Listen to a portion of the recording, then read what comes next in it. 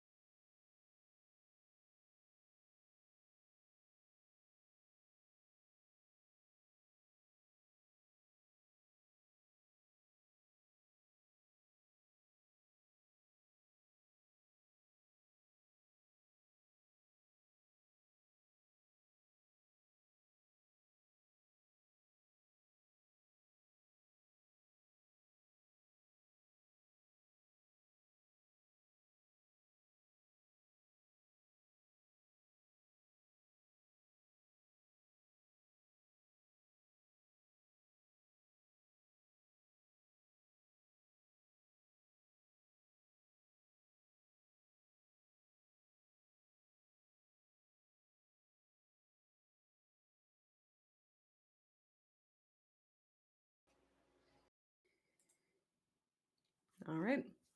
Welcome, everyone, to the Hi. Attach and Pass podcast. It is episode 12, which is the Team BG Beef Brawl. This is a money match.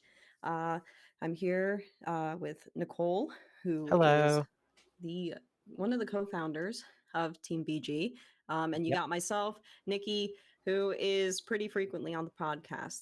So, Nicole, how are you doing today? Hi. I'm doing pretty well. I'm excited to see how things shake out here because these two have been absolutely insufferable in the team server. So I'm looking forward to this being over. How about you? How are you doing? I'm pretty good. I'm also looking forward to this. This has Yeah. definitely been going on for I think it's been almost a week now. It Hmm. has at least since the weekend. It's been going on where Jake and Joe have just been sort of nagging each other on Hmm. about who can beat who. And I think we've had already a few exhibition matches within the server itself, where I think there's some hard feelings, and now I think they both decided to put money on the line here. Yeah, yeah. So each player forking up a huge sum here of $50 each. Truly showing how much they believe in these decks. We have money on the line, and we have two decks that these two players believe in a lot. So we're gonna be seeing best of seven, $100 total, and from what I hear, we got Joe playing straight Dragapult. In his words, straight Dragapult. Yeah, in And his words. what'd you say? A Oh, hundred each. wow! That's a Okay, hundred each. actually, I'm it's a lot more money what? than we thought. Breaking news! Double the money. We are up to $200 total for the winner. Life altering cash. Um, so we I got Joe mean, playing. that's Hey, like it can what, be. It three can and a be. half meals? There you go. There you go. You could Maybe fill up your maybe most tank of your like groceries. twice. So Joe, straight Dragapult. Jake playing Grimmsnarl. So, Nikki, what are your predictions here? Honestly, I think Jake's going to dominate here. Grimmsnarl has a fairly good match against Dragapult with all of the abilities on the field. With the Frostless paying damage, you have multiple Monkey Dories in his deck, multiple Dark Energies and access to them. I think he's just going to spread damage and just obliterate Joe's board state in entirety. I think that, I mean, to me, there's a clear winner here. What about you? Yeah, so I mean I think that's cope. Grimmsnarl is not figured out at all yet. I know we all like to, as soon as we have any list that resembles any sort of like, coherent pile at all, we tend to just run with it on the North American side at first until majors actually roll around. And I think we're gonna see that when majors roll around, we're gonna actually have a cohesive deck that we have not seen out of Grimmsnarl yet. And to that point, Dragapult has been. I'm not gonna call it figured out because like it always has a lot of room to cook, but it is established. It is known to be good. Everybody is saying like, "Oh, Grimmsnarl has a good matchup into it." I think we're about to see that kind of just foiled completely tonight. I do not. I think Grimmsnarl's a fine deck. It's not beating Dragapult in a best of seven. Absolutely not. Well, I guess we're gonna have to see what happens Agreed. in this match, in these this best of seven, and how a best of seven works. In case this is your first time with a best of seven, it is potentially seven full games, but it is whoever wins four out of the seven games is declared the winner. We will be streaming through TCG Live, which is everyone's favorite client. Um, and they will be untimed games. So this allows Joe and Jake as much time as they need to fully plan and go through their turns so they can have the most optimal plays possible. Right. So that's how we're really going through this. So Yeah. Nicole, Yeah. you have known Jake for quite a long time. Why don't you tell us a Yes. little bit about Jake? Absolutely, yeah. So Jake has been playing about as long as I have. That's we met actually at locals. We kind of just started cooking together, and we've run with it. Jake, just kind of his accomplishments. He has placed 117th at Pittsburgh. That was in 2023, and that was with single strike Lugia. So Jake is definitely always looking to make some sort of name for himself in recent days. And this is a perfect opportunity for Jake to, make a name for himself here on the very broad platform that we clearly have. Um, Nikki, you want Yeah. to talk to us about Joe a little bit and Joe's accomplishments? Yeah, of course. So and I do just want to mention something about Jake. Jake did go 6-2-1 at Baltimore, which but for the fact that Pokemon had established those really messed up rules about how to get into day two at the beginning of the season, Jake would have day two at Baltimore. So he has an honorary day two in my mind at This is Baltimore. so true. And I think it is also, worthwhile noting that ever since then, Jake has been kind of on this Team Rocket arc, and we can kind of see it here in his vibe on his profile here on TCG Live. We're seeing that you don't see now, but I'm gonna let you know. We've got the Team Rocket set up on his deck, okay? Deck name says Joe loses to this. And Jake's got the T-shirt with the tie on it. That to He's me, swagged out. He was swagged out. completely dripped out. However, and I see chats calling me out. Joe has a lot of aura too. He So does. He I does. let So let's talk yes, about Joe a little bit. Joe yes. Maressa. So Joe actually used to play as a junior, and then took a quite a long break from the TCG. Came back though this competitive season, and he did do one major prior to this competitive season, but when he actually buckled down and decided he wanted to win, he entered his first real major as a master with a real meta deck, and he got 133rd at Atlanta this year with Pulp Pidgeot. Joe is a Joe's a very, very good player. Even if it looks like he's new to the game, he's actually been involved for quite a long time. Um, he was telling us a heartwarming story the other day, even about how it accomplished a dream of his to make it into day two at Atlanta. So very, very cool. So even though Joe's much, much more green to the team, that doesn't mean that he's not an accomplished player at all. For sure. No, Joe definitely proven to be a strong player, in recent times and, in his juniors and seniors days. I know there's some placements there that are definitely nothing to scoff at from what I've gathered. No, not at Um, all. yeah. So, So we do well, want to thank our sponsor before we of get into course. things.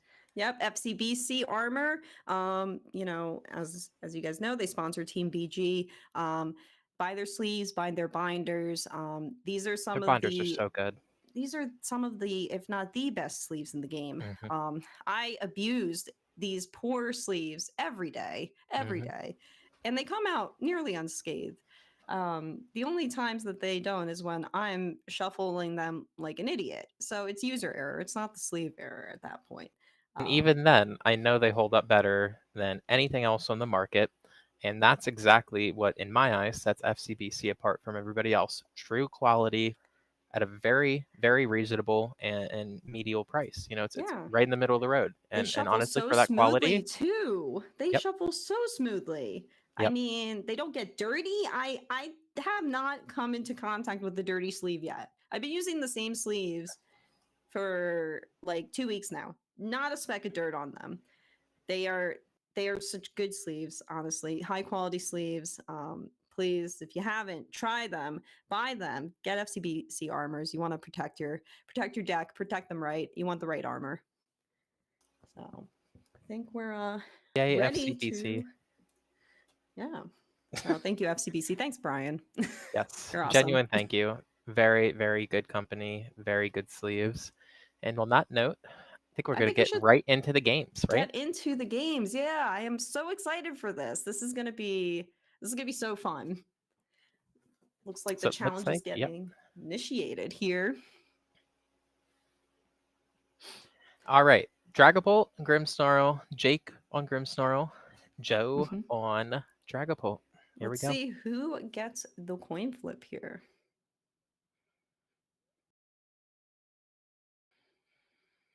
Mhm. All right. Looks like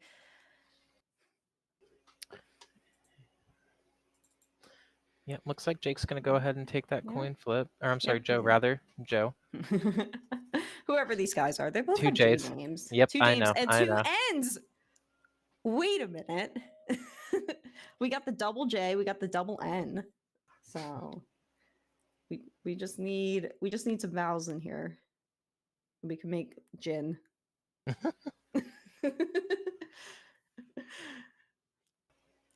All All right.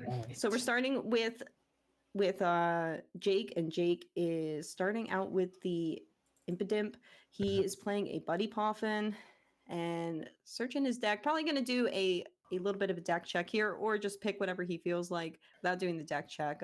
Jake's a pro, so we're just gonna let him cook, I guess. But eyeing up the Snow Run and the Impidimp here. Yes. Yeah. And I mean, I think that, that's reasonable. We want to get our board established. And we're going to do some prize checking here. And yeah, I mean, I think that's a reasonable first, pop in there. Yeah. Yeah, I think. I mean, he has two Poffin in hand even. Hmm. Now Hmm. is there a pink card missing, or is it in his hand? I believe I was starting to try and gather the Oh, prizes here. I believe you're right. Yeah. Yep. yep. I think the secret box is prized. So, Yes. but so Jake's going to favor having a really strong setup right now, especially since item lock is pretty powerful in both of these decks as they both utilize them. Yes. So we're, again, establishing the Badu here, and careful not to overbench, which, I definitely I like that. We've I established definitely what we wanted. appreciate that. Yeah, and we're gonna move on. And so over to Joe. We are once again setting up. So we're gonna have two boards set up, and going through Joe's prizes. I'm gonna immediately be looking for that ace spec because I want to see if we're on even playing fields with that, or if we're somebody's at a disadvantage here, and it's more likely that we got to imagine Joe's going to have that ace spec, and that ace Well, spec yeah. being the unfair stamp that's going to be so powerful in this matchup because of how supporter dependent the Grimmsnarl deck really is. Oh, well, there's the unfair Yep. stamp in Joe's deck. And yeah, I mean, this is such a good opening for him too, because he has Arvin. So he can grab a a tool immediately, probably the rescue board, Hmm. and he can go and then attach it and then just stop Jake from using that that secret box in the future, unless he goes and gets that knockout on the gene sect. Hmm. Yeah, and so we're gonna see the energy attach here, and now debating whether to play. Are we gonna play the Arvin? I We think you did. you We definitely play the Yeah, Arvin. yeah, Setup is and so important with this deck. I agree. I think the debate was interesting. And maybe that was just Joe considering what we're going for.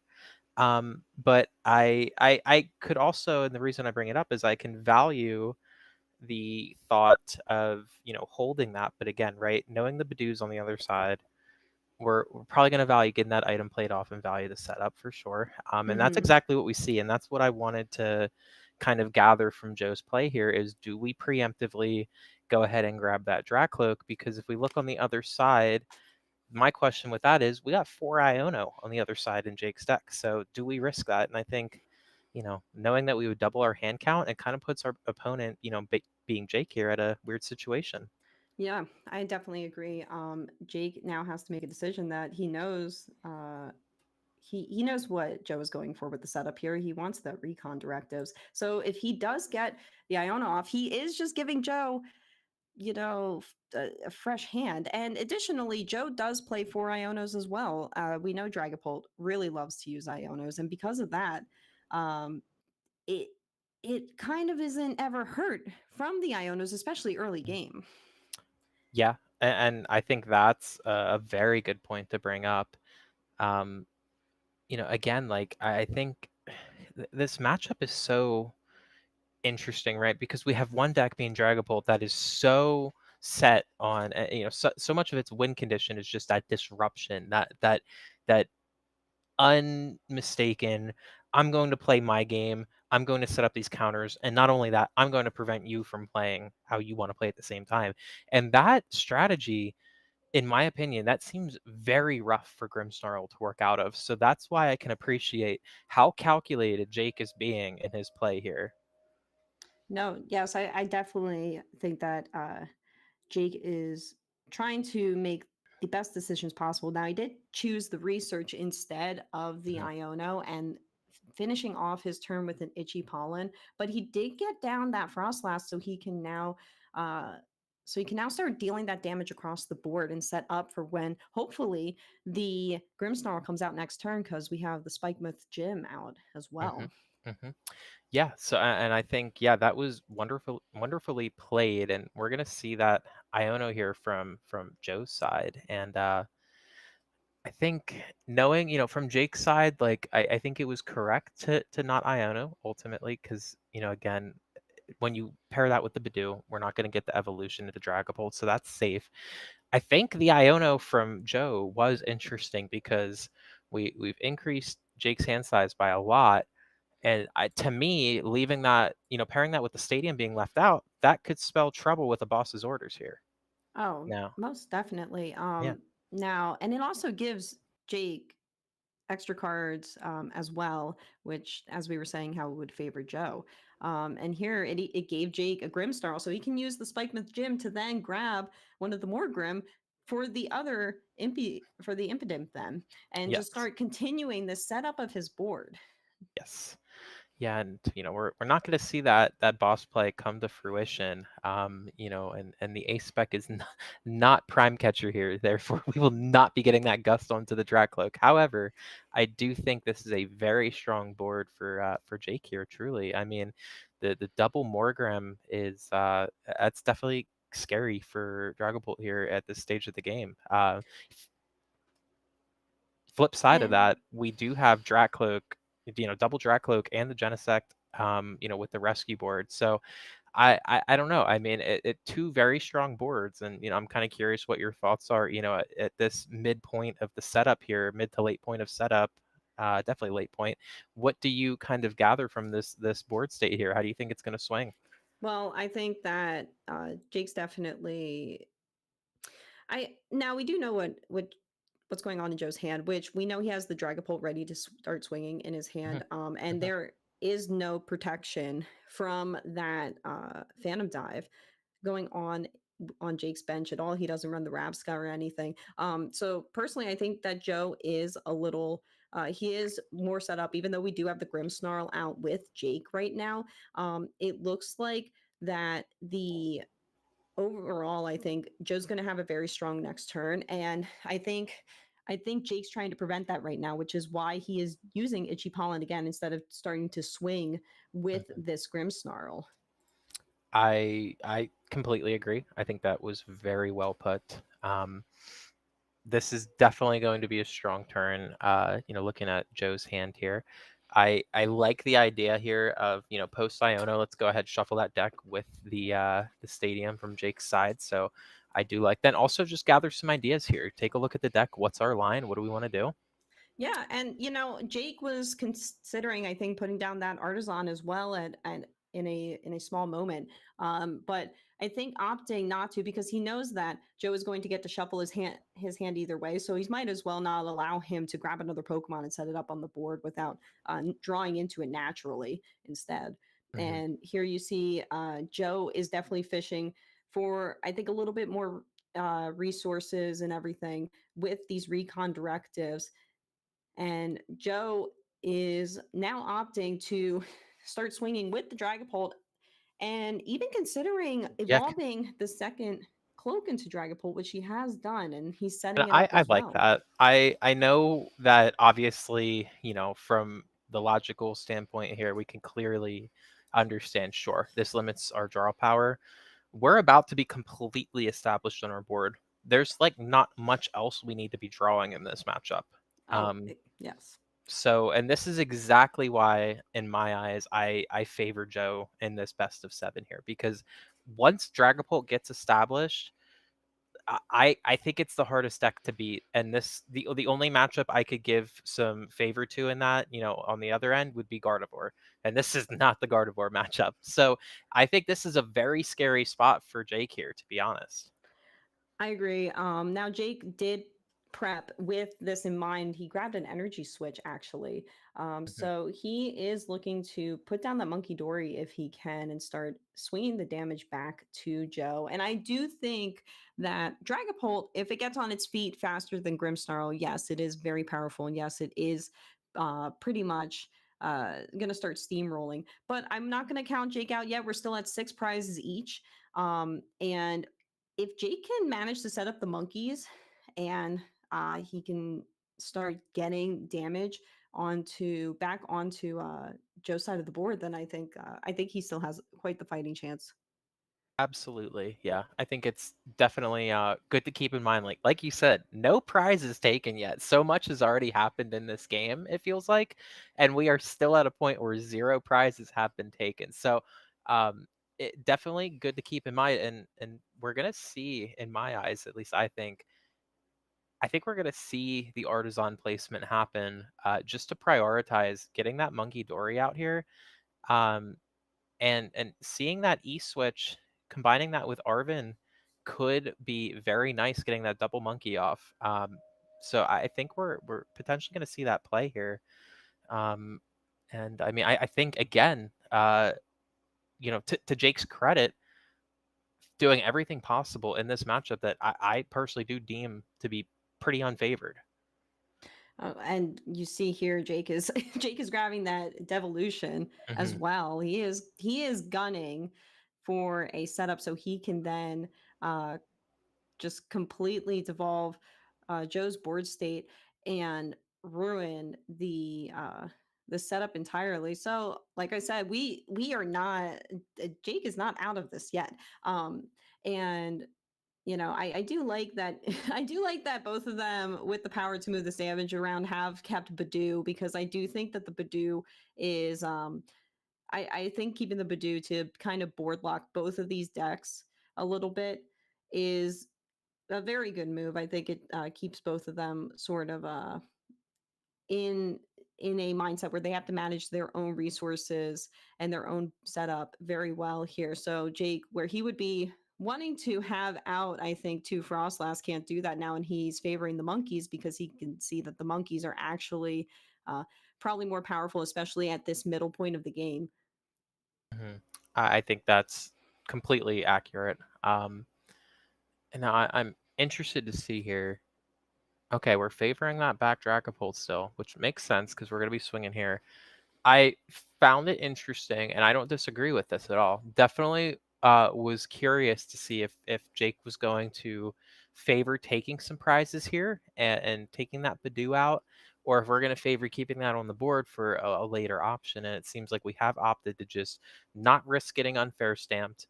We're just going to go ahead and continue to set up that Evo play, or that, I'm sorry, that Devo play rather. And I think I like that. Yeah. I like that too a lot. I think that, I mean, especially because we know that Grimmsnarl does not have its own natural draw engine like Dragapult does.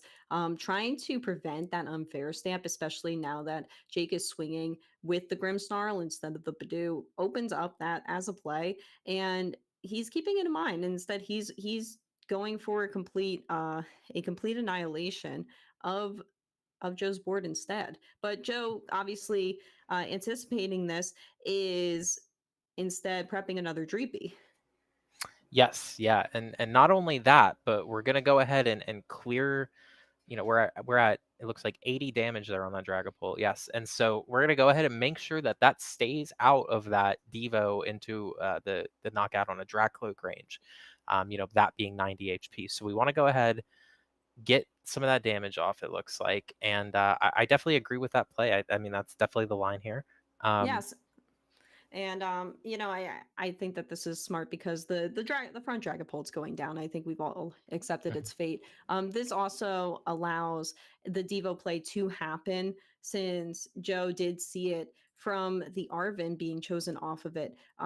He right. is trying to one. He did lay all the damage down on the monkey, so it's going to get knocked out from its own freezing shroud.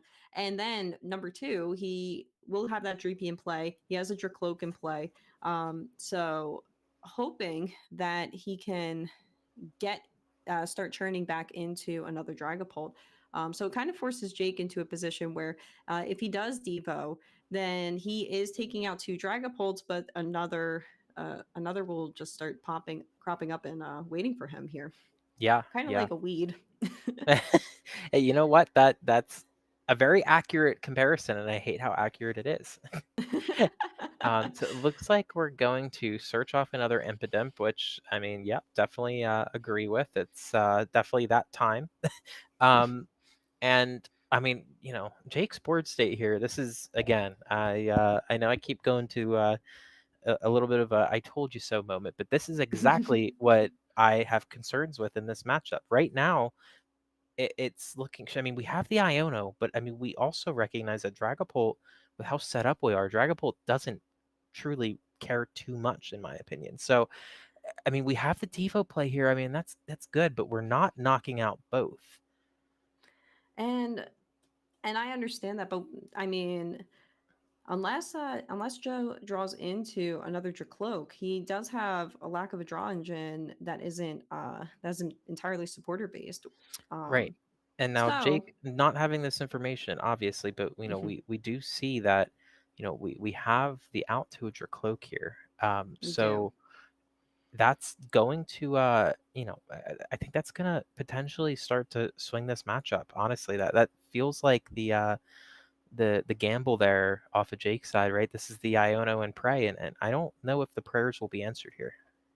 Well, I agree. I do think that we're a little late in the game. It might be hard for Jake to catch up at this point, but also with the Dracloak, we do. If you note with Joe's list as well, he doesn't have any rare candies. So there's no rare candy into Dragapult to the Jet Headbutt. Um, Now he will just evolve into this. Um, he will evolve with the Dracloak into the Dreepy, Hmm. but without this energy, without a rare candy into the Dragapult to save this little Dreepy, Joe might start also having some issues now. Yeah, yeah, I could definitely see that. I think this is the type of play that really illuminates how strong that Frostlass engine, I guess, if you will, The is damage engine. the damage engine, the damage engine that could. It's very. I mean, without that, this deck I think would definitely not be what it is, right? I mean, that is truly illuminating how much that extra damage tick can matter. Oh yeah, and I mean it builds up. And I'm not very good at math, so having to calculate that and figure that out sometimes is a pain for me. But you see Joe get the unfair step, and he draws into the Fez, of course, because why wouldn't he? Dragapult just always has it, and Joe also finds the jamming tower, which obviously he doesn't want to use because he doesn't want to give Jake the option to have a secret box. But he is gunning down now the Badoo, Yes, and I feeling confident in his spot yes. in this game, I guess. And I think being able to take prizes on a turn that you're not attacking is another reason why Dragapult is so strong. And obviously not the only deck that can exploit the amazing utility that we have off of Munkidori, Gardevoir being the most notable one. But again, the fact that Joe can go ahead and get down the two prizes here, get an Itchy Pollen off on a turn where we had no available attackers established, I think that was a good turn considering Oh, the I board state that we were in. that was a fantastic turn. Mhm. Now, what's going to be very important for Jake here is, can we wipe that Drat Cloak off the face of the earth?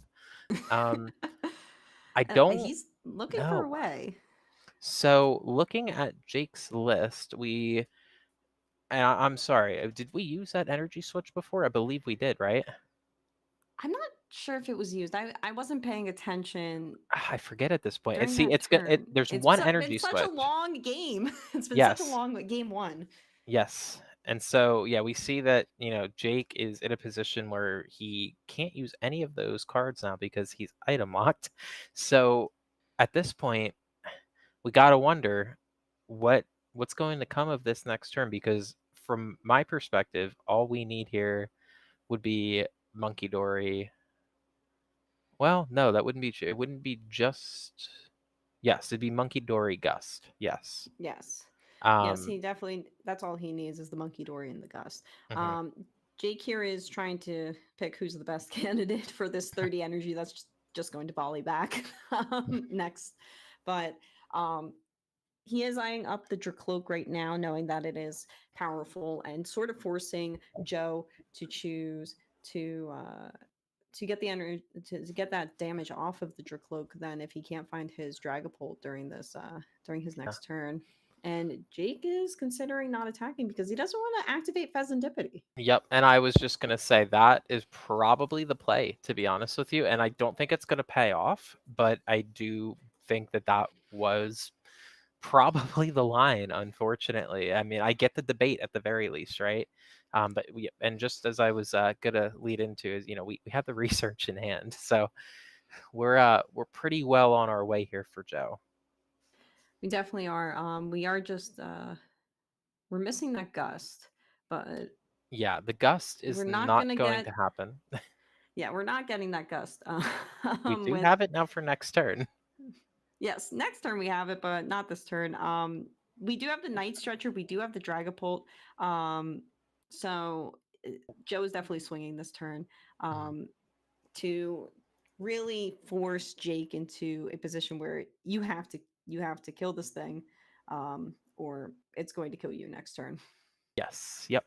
And I mean, at this point, I'm in my mind trying to figure out if there's like even a way that Jake could come back from this at this point. I Maybe mean, he the might have biggest to thing, counter catcher Iono and maybe just start let the maybe he has to try to set up the monkeys and start getting the damage across the board to yeah, set up for a big turn. Now the problem with this deck is it's just like it's kind of the problem with Grimstar. It is just a sort of like a Dragapult light a little bit because it mhm, does spread damage, but just not. It just does half as much right. as what Dragapult does when it comes to hitting the board.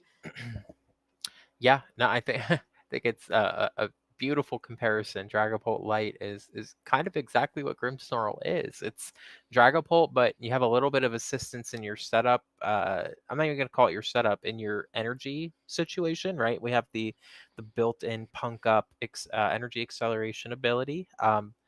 So that kind of fixes a problem that Dragapult can deal with, is making sure we have that energy each turn.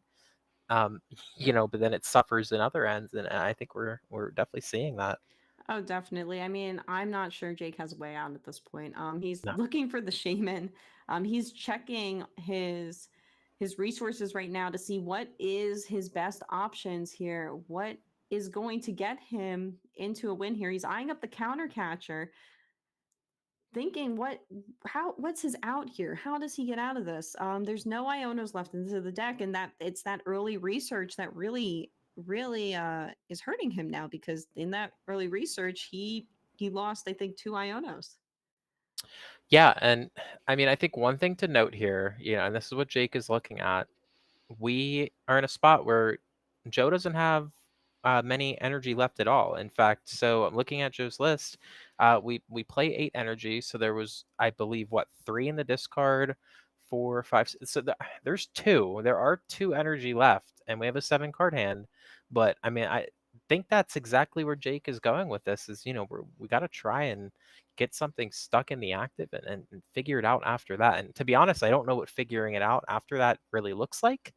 I just feel like you're at such a disadvantage in your board state that it's going to be hard to find that niche line. But again, that's where we're at. That's the board state, and he's going to play to that. It looks like debating Yeah. on how to do that, but I believe we're going to at least attempt to do it. Yes, and I definitely think that that's the line that Jake is going for right now. But he's considering almost like, is it worth it? But he's prepping the board up. He has the counter catcher, the super rod. Now, Nicole, what do you think he's gonna counter catcher up? I think we're going to see the Fezandipity. Um, and correct me if I'm wrong. That is at 10 damage, correct? Or Hmm. no, 30. That's That's at 30. 30. So that swing is going to take a two prize knock. It's just again, why? Because we do just lose right after that. Well, yeah. Okay, There's the concession so from there it is. We Jake. we just we just wanted to go He down just swinging. Okay, Yes. Total so respect for that. yep, cool. All right, All so right, so Joe taking game one. game one goes to Joe. Game one goes to Joe. So it's okay. It's okay. We'll swing back. We'll get there. We'll get there. I believe in Jake. I believe in Grimsnarl. Um I think that was going to be one of the weaker games we see out of Dragapult, and we still won. well, listen.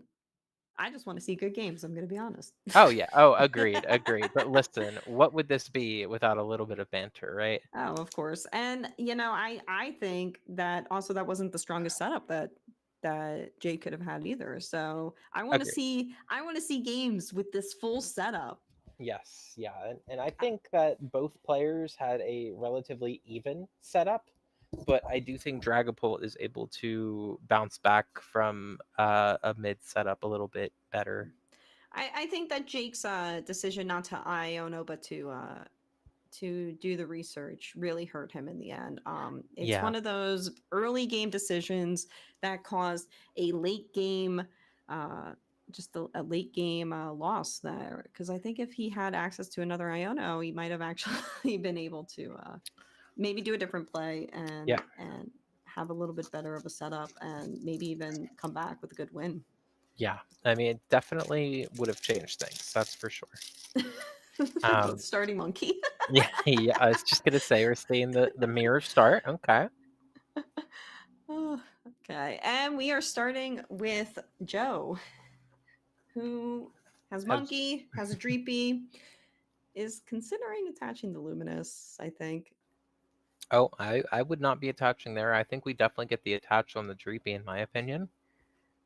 Um, I can see the debate here, and referring to Joe's list. I mean, I don't see why we don't attach the Dreepy here. We have a rescue board.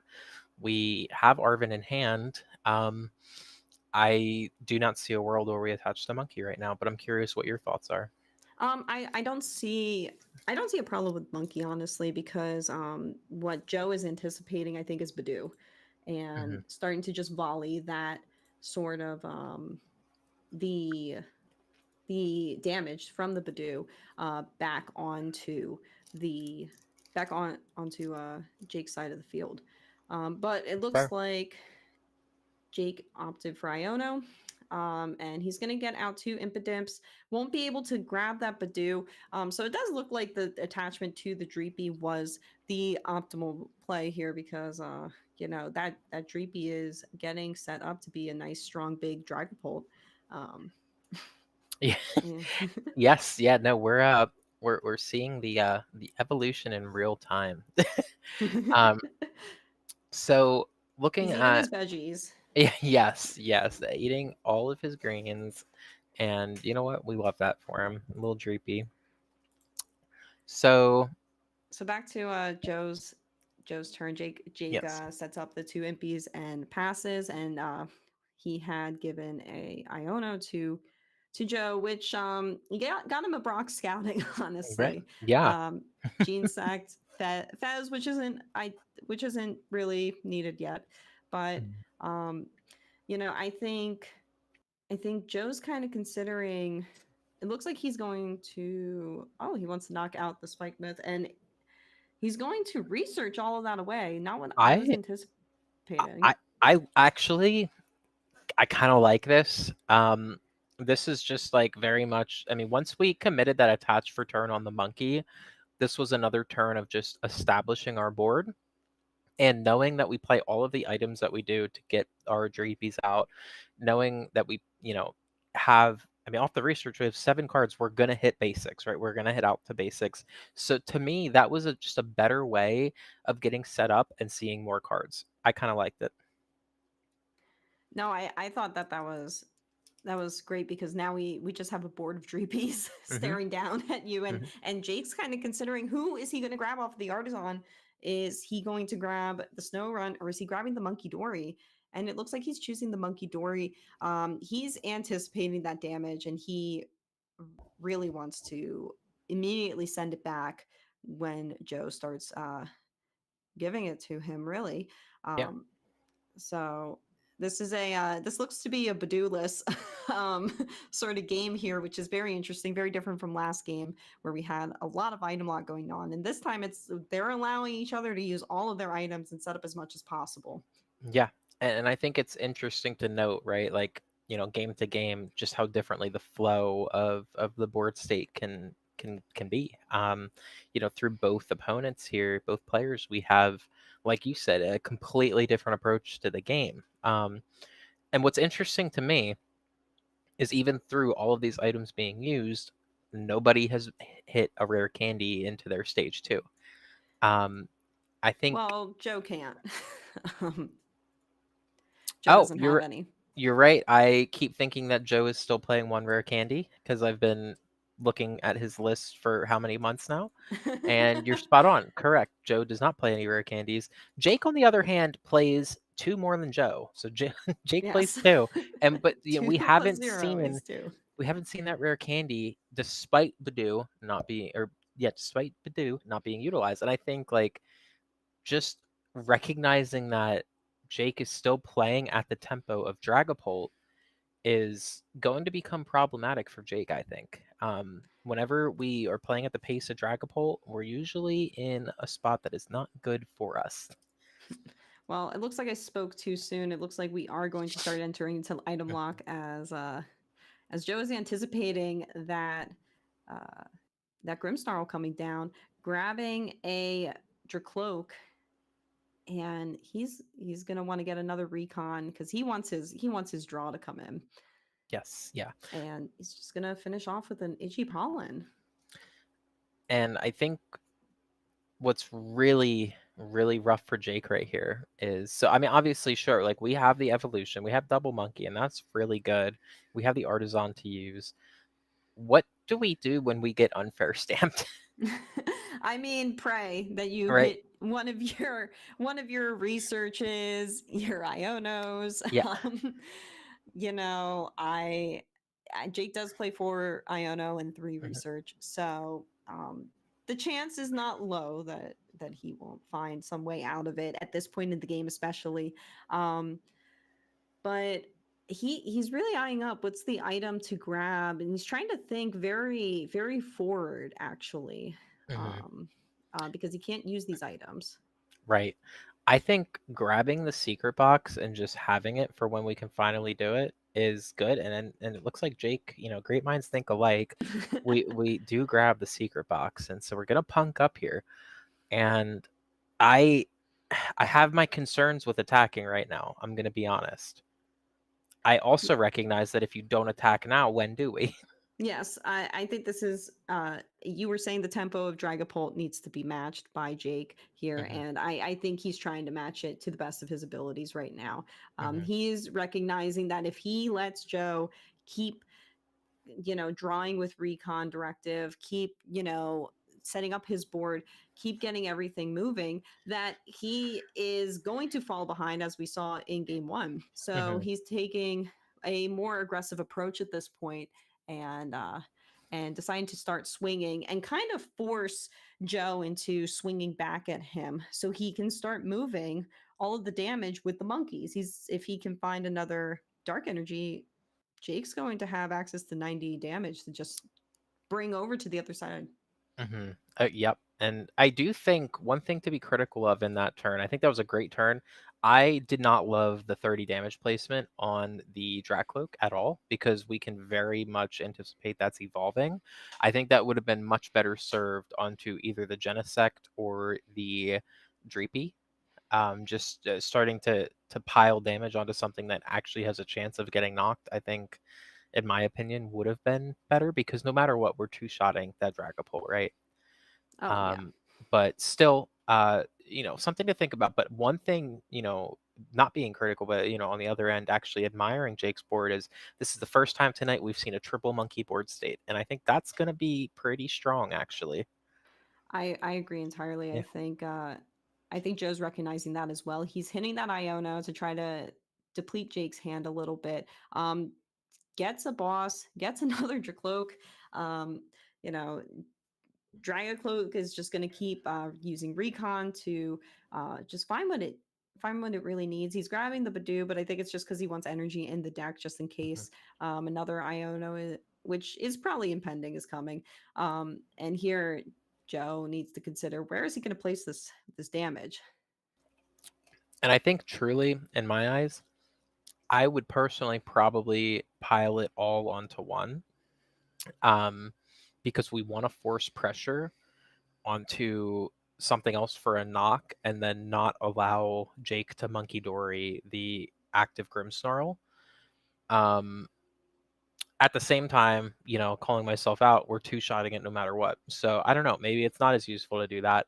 But I think, in my opinion, I would have piled it all on either a monkey with energy or the impotent. But regardless, we spread. Well, yeah, and that's true. I think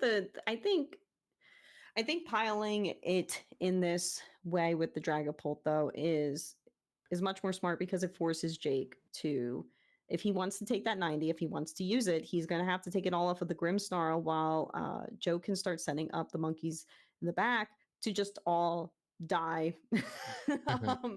frankly. Um, and here's Joe playing down in Iono. Um,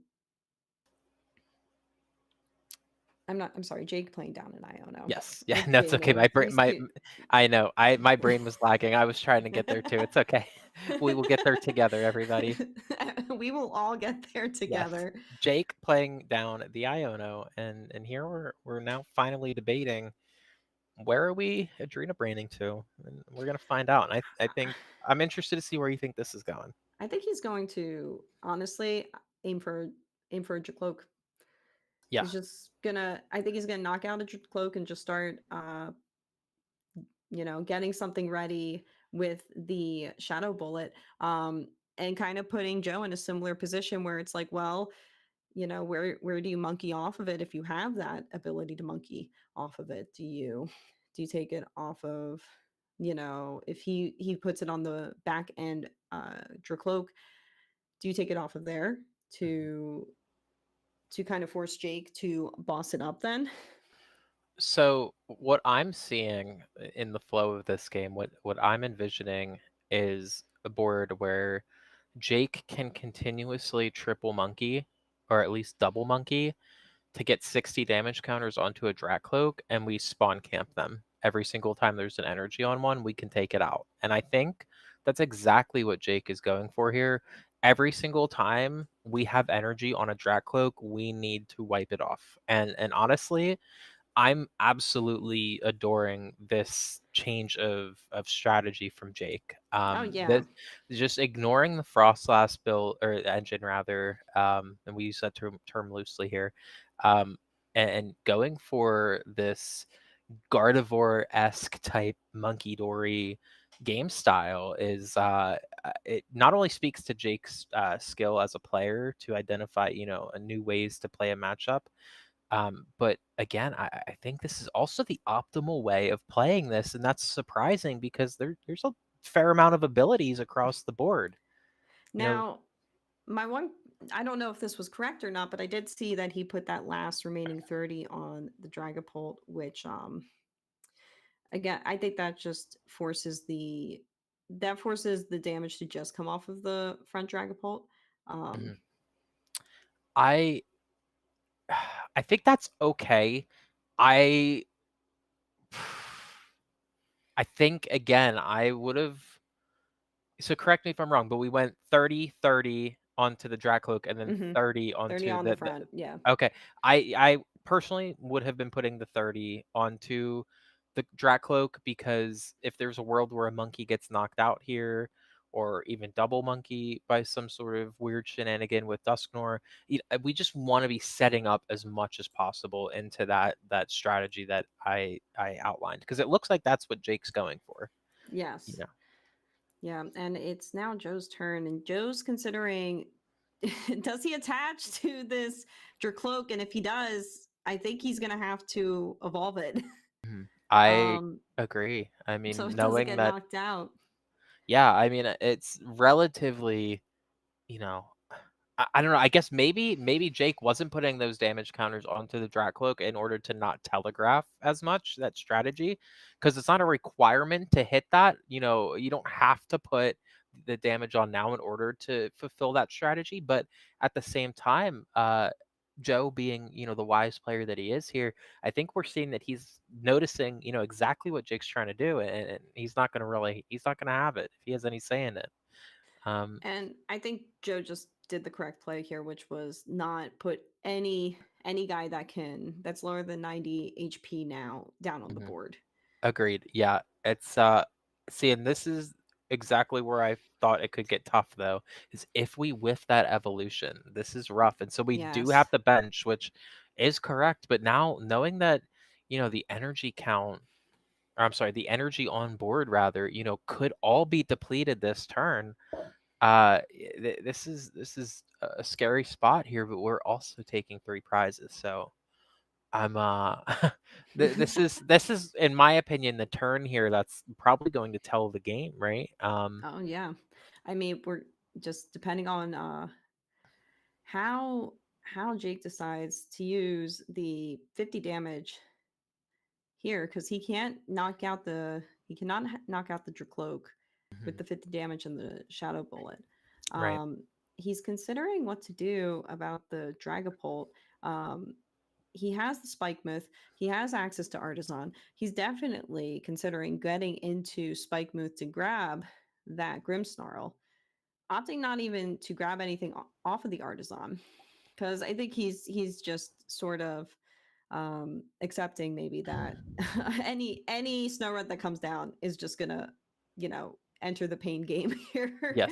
And yeah, um to that point, like you mentioned, yeah, the snow run's wiped, which is exactly where that extra damage was coming from in my mind. Once again, lagging in real time. So yeah, that extra that again illustrating the importance of that extra damage tick. We saw it last game, and we're seeing it on the flip side this game of not having that one more damage. It could have been a fluke the first time, but I don't know, 2 games in a row, seeing how impactful one damage tick could be, it's very telling of this deck strategy. And so very intelligent on Joe's end to limit, the Adrena Brain damage, to mitigate that damage. Um, I think that genuinely saved Joe's board state, truthfully.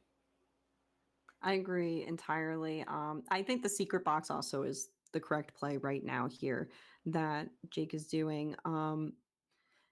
It's looking for obviously the Iono. That's his first grab. um he's he's considering what to use here, what would be best to play down. It doesn't even maybe regarding the tools, what to attach so that he can maybe not allow it to re-enter the deck.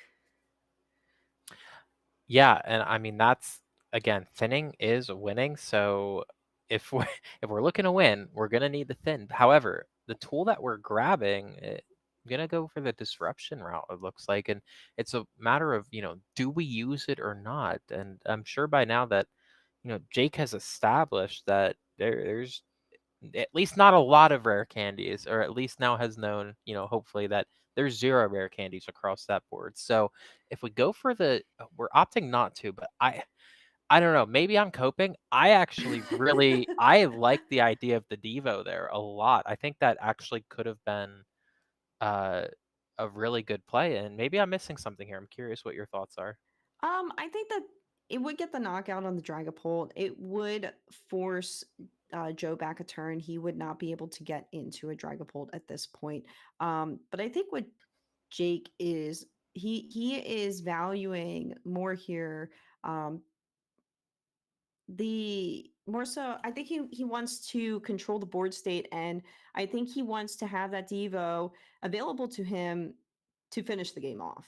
If anything, Yeah, it looks like he's building up the damage around the board so he can instead start just disrupting all of Joe's draw, all of Joe's energy, because this Dragapult's going down.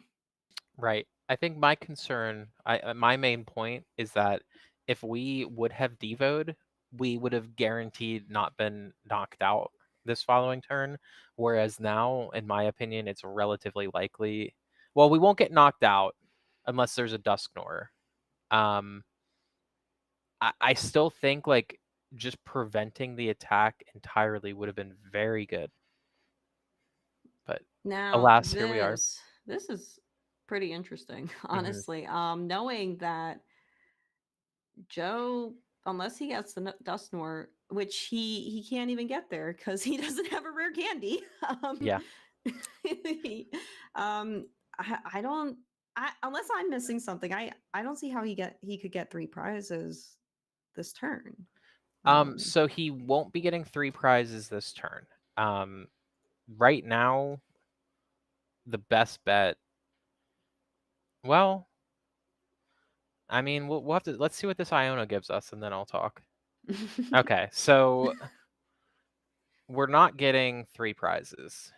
I think Joe just loses here, to be Yeah, honest. I think Jake Yeah. played that very well. Yeah, it looks Yeah. like Joe's going to concede and give Jake one of the wins here. So we are Yeah. 1-1 right now, and 1-1. Nicole, I did tell you, I believed in Jake. I thought, even though Joe had a very strong setup at the beginning, Jake, I think, had the perfect response, which was being just as aggressive as Joe was being, and Mhm. then continuing that aggression and just shattering his board state entirely. Yeah, I mean, I think that that was probably so when I said that that was one of the weaker Dragapult games we were going to see, I think that was the weakest that we're going to see. So we've gotten those out of the way. Nicole can see Um, into the future, apparently. I can't, I though. I can no, I feel it and I'm What are the manifesting winning it. lottery numbers? I don't want to share actually because I don't want to have to split the prize pool with anybody. I'm sorry. I'm sure Oh, that's how lotteries work. well, okay. I mean, just text them to me later so that we can split it. We can split it, you and I. I'm unfortunately already going to be in the Bahamas in a faraway island. I'm Can so you sorry, believe but this? I will send postcards and you can come visit. Oh my God. Some friend you are. Oh I'm my joking. We God. can split. We can split. We can Okay, split. okay, okay. In fact, actually, you're gonna have to manage it because that is not for me. Yeah, I think you're gonna have to you're gonna have a little bit of a anxiety attack over all that money. Um, And that's a good problem to have, though. Again And with and the double speaking monkey. of good problems to have, we both start Monkey Dory. That's an optimal starter. And looks like Joe throwing up. They're both throwing up the thumbs up. I think they're both probably having, a good laugh about it to Yes. themselves. Yeah. And we And got Jake starting out here with the spike myth, and he's putting down an impidimp. He has the Cleffa in hand. Not really useful to put down at this point. A 30 HP Pokemon is not great to have on the board when a Dragapult's around.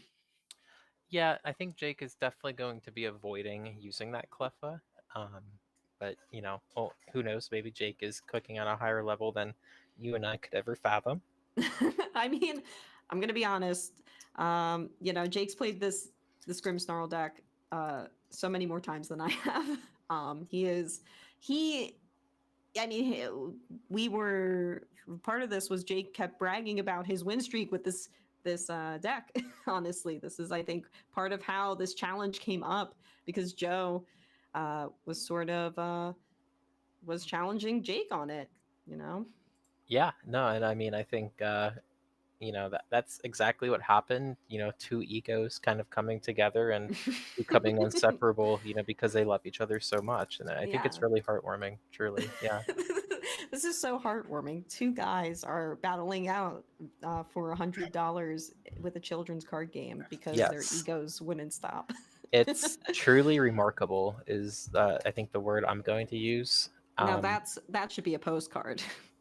you know what? I agree. Honestly, I think after this match, we do need to get them kind of together for a picture of them, kind of We'll have figuratively it, kissing and making up. and I we'll think have that would a be nice. TBG postcards here. Um, Yes. TBG postcards for every team member only stream match, and we'll have a great quote from the casters on it, and we'll even have signatures from everyone on it, Oh my gosh, so that you beautiful. can have your own side. I'm just You can bullshitting own right your now. own little piece of TBG history. I think that's beautiful. Frame it up there. And Hopefully speaking of no one beautiful, completely washes this hand.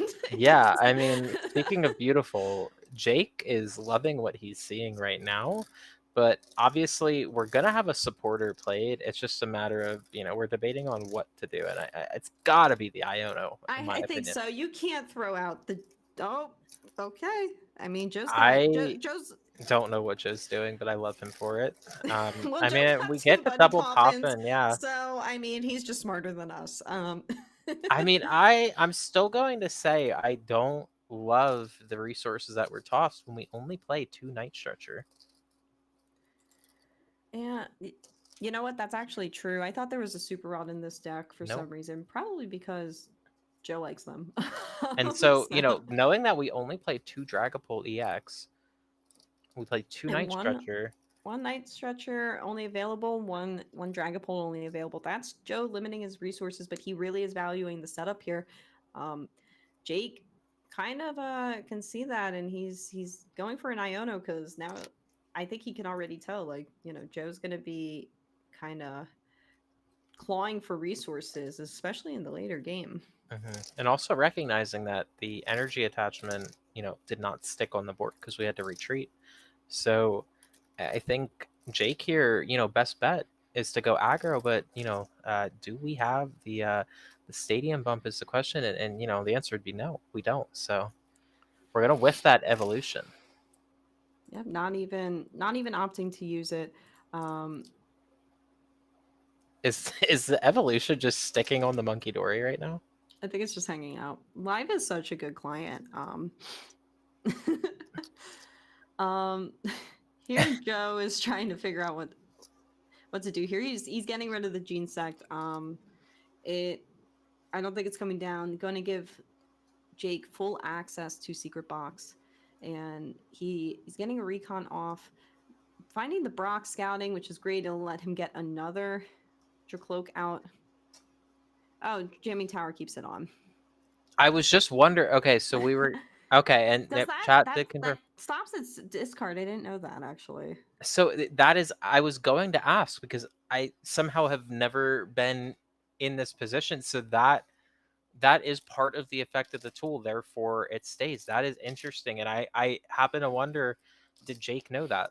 And I don't I know don't. We're if gonna have Jake to knew find. that, but it's working to his advantage because if he really needs it, he can use he Yeah. can if he can bump it, he can use it next turn. Yes. Yeah. Um, That's what a big brain play. Honestly. yeah, Jake, you're so smart. And when Yes. you go back and listen to this, we have so many compliments for you. Hmm. Um, Hmm. and here goes Jake using the research, getting rid of his super rod, which leaves him with just a night stretcher now. So they both are low on discard resources. Um, Jake looking for a emote to portray to Joe what's going on here. Um, he's gonna at least get an Adrena brain off. And where if you were in Jake's boat? Well, too late. We're gonna go ahead and put it up I a day. do think the Badoo's correct. It's definitely hindering him from getting anything moving with the Impidimp. Um, I think I would have honestly liked just stacking up damage on cloaks, but I might be coping. I'm not sure. I think Jake's coping a little bit too here. I think His so too. cursor moused over the jamming tower. Uh-huh. Well, I mean, Cope is actually Jake's middle name, if you all didn't know that. So we are kind of seeing exactly Unfair why that would stamp. be. Just finding the unfair stamp. I mean, who cares if you have Badoo Yeah, no, that's or fine. not? You just find the unfair stamp, Yeah. and that impidim's going down. Yeah, this is looking Yeah, I think this dire for might be Jake. we might be getting to the scoop portion of Hmm. the game of finding. I mean, we didn't need that energy, but appreciate Just it. a buffet of energy off of I that recon know directive. there's the cloaks are hungry. Those Yes. cloaks are hungry and they They're want growing. energy. They're Yeah, growing. I told you that they need their veggies. Mm-hmm. Mm-hmm. We even got the counter catcher. I mean, Joe is set up here. My question is, what is Joe debating at this point? Because I think you just counter catcher up Frostlass and the Impidimp and the monkeys aren't going to really do much. But it looks like Joe's I opting to get rid of the Monkey Dory, to get rid of the TM Evo Yeah, away. I actually think that was correct. That was kind of my point was, you kind of illustrated that maybe there is a debate that I'm not giving enough credit for, and that is, do we counter catcher? My opinion was just like, heck no, we just want to take out the monkey, and we want to, the obviously the input dip is priority one, but we want to take a monkey out. But to your point, maybe there was a thought of, do we go a different route and do we take the Frostlass out? I mean, I think to me, it's a setup Pokemon. It would have forced Jake to consider who is he going to prioritize off of the TM Evo? Would he Mhm. prioritize getting those 60 HP snow runs back up and running? He's just he's partially considering conceding. um, And but instead, we're gonna see that Arven ripped, and I mean, I think like for the sake of content, I love playing it out here. But I oh yeah. understand that it's going to be painful for Jake. So everybody, let's just take a moment to appreciate the suffering that Jake is about to endure, because there's no coming back from this. If Jake does come back from this, we owe him a box of FCBCs, though.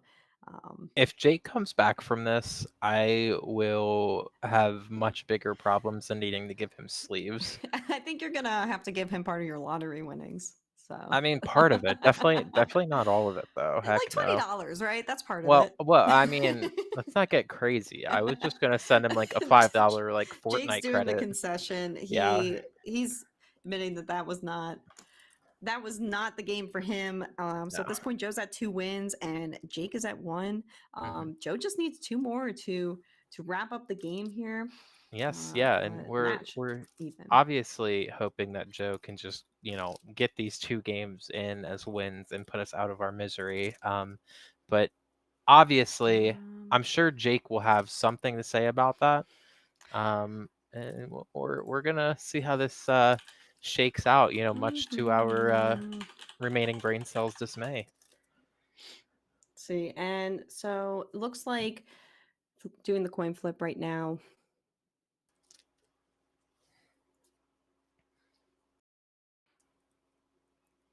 Oh, and I see in our team chat that they're going back and forth with. And Joe will be going first.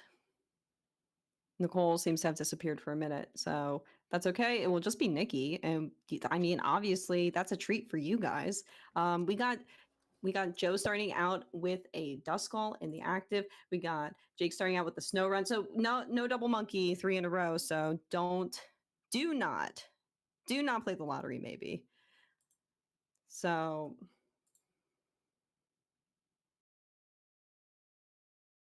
let's see. Oh, hello, Nicole. I was literally there the whole time, and I did not even know that I was having an issue until I saw your message. So It's okay. just don't Um, winning. hey, it's okay. You did not miss anything. We're on the first turn of the whole game, and it's Joe's turn. He's just prize checking right now off of a Buddy Poffin. We got it starting with a Duskull and a Snow Runt. Well, and knowing, that Joe is going first and doing his prize search, it makes complete sense why I did not miss anything. Joe, notorious for taking borderline too long on his first deck searches. And fun statistic here, Joe has been called for slow play 7.5 times at major events in his career. And I, I I do did think not that know that's, that. yes, 7.5. And I'm not quite sure where the point 0.5 came from, but that is an official stat sourced through official tournament data sources. So I'm kind of curious on why the heck Joe can't just be a little bit faster on his initial deck search. It might, I think maybe we need to practice prize checking, and I'm curious what your Maybe. thoughts are, Nikki.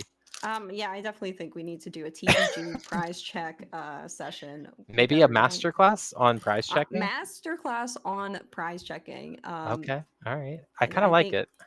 yeah, I think everyone could uh, definitely benefit from that in this, especially on this team.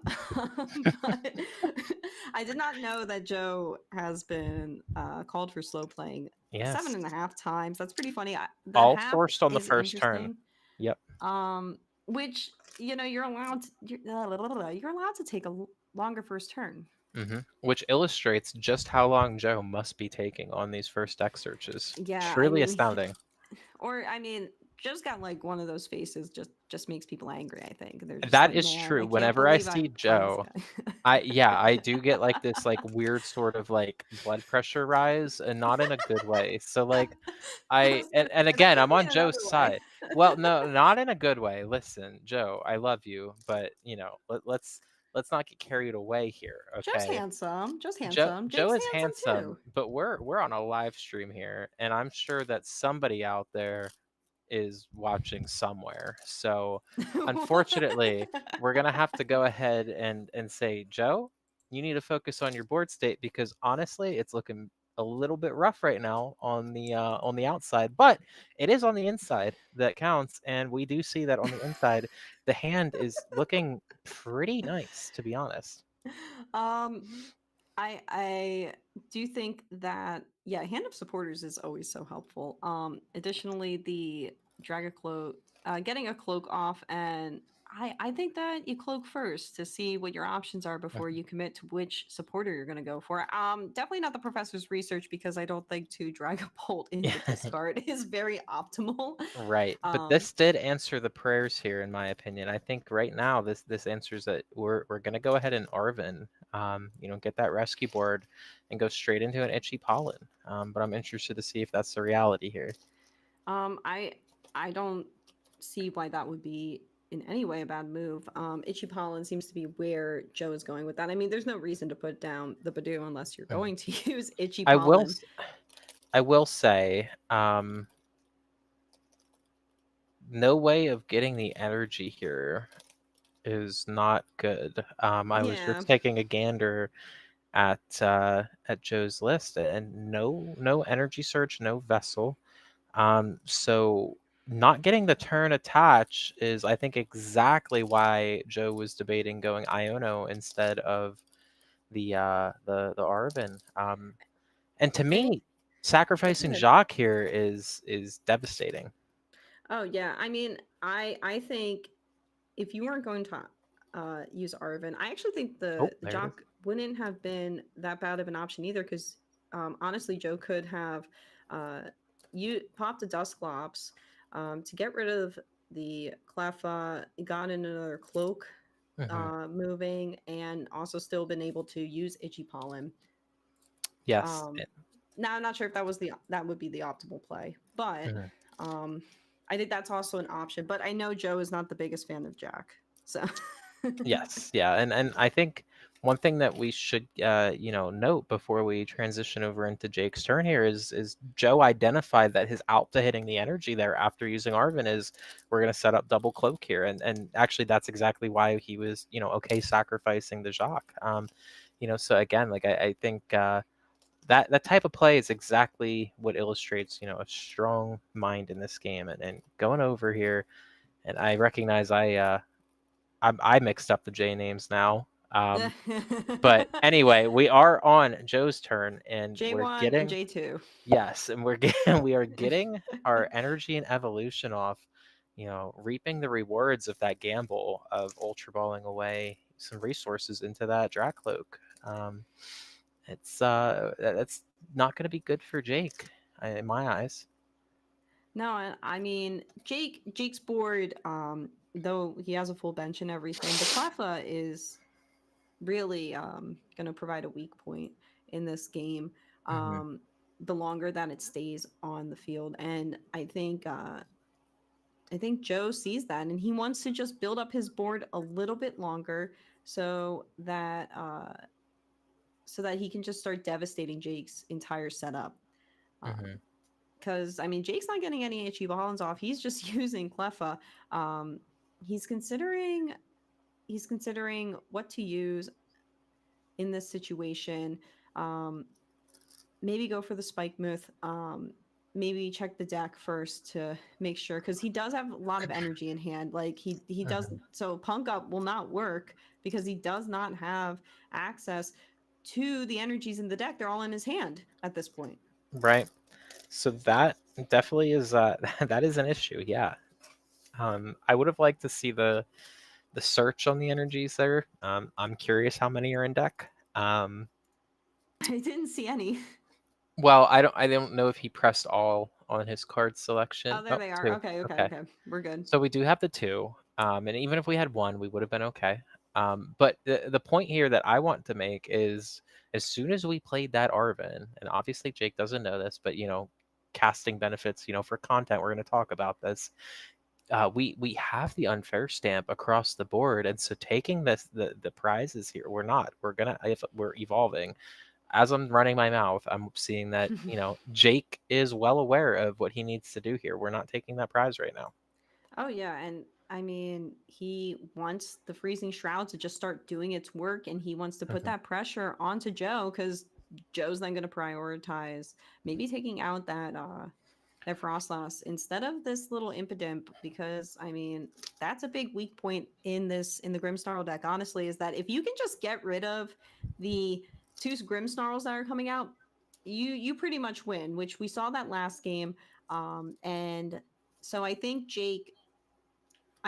using TM Eva was the smart move because he is at this point trying to force Joe to make a decision on uh do you let this damage keep ticking with two monkeys out on the bench, or do you start hunting down the Grimmsnarls?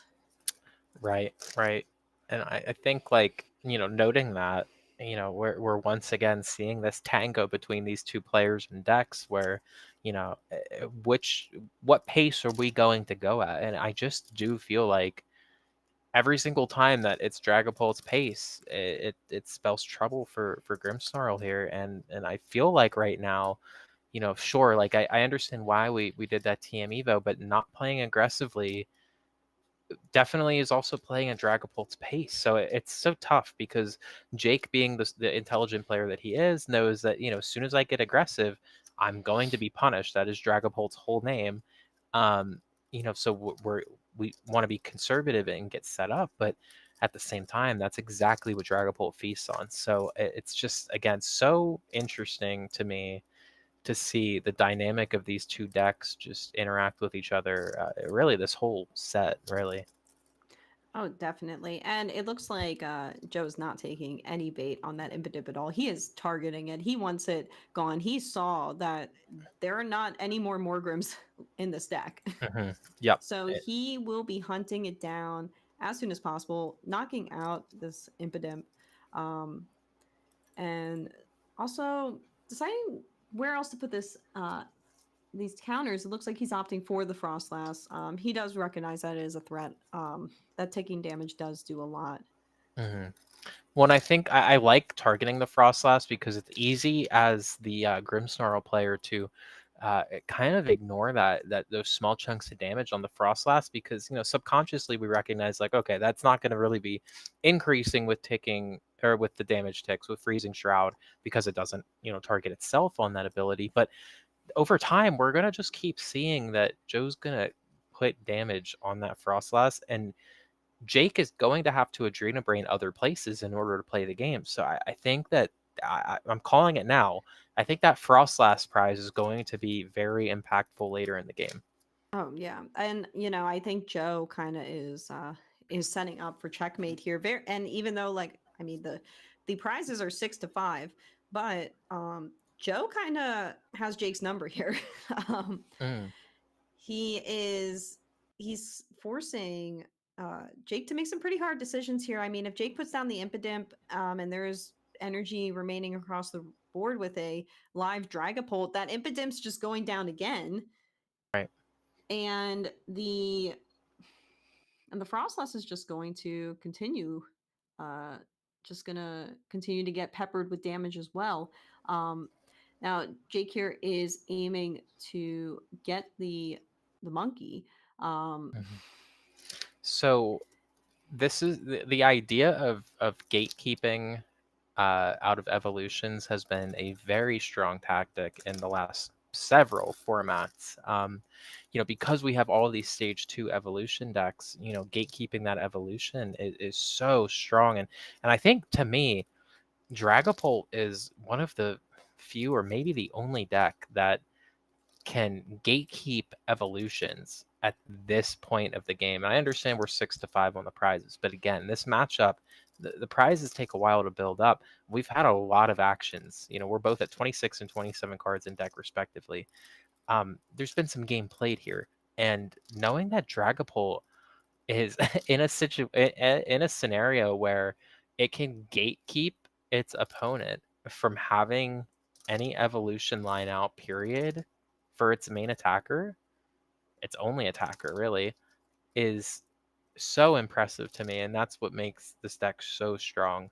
Um, so seeing that attack, we're gonna see the Freezing Shroud, and one thing to note is that Monkey Dory goes down. I think that is going to be a really good thing for Jake here.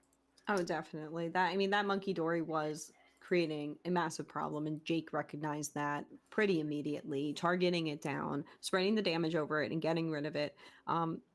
He's forcing, basically, I mean, there's the Night Stretcher. He's forcing Joe to find Night Stretcher and Luminous, Mhm. so that he can continue a strategy of knocking down these Impidimps. And I think at this point, if Joe is able to find Night Stretcher, Luminous, the Halucha works too.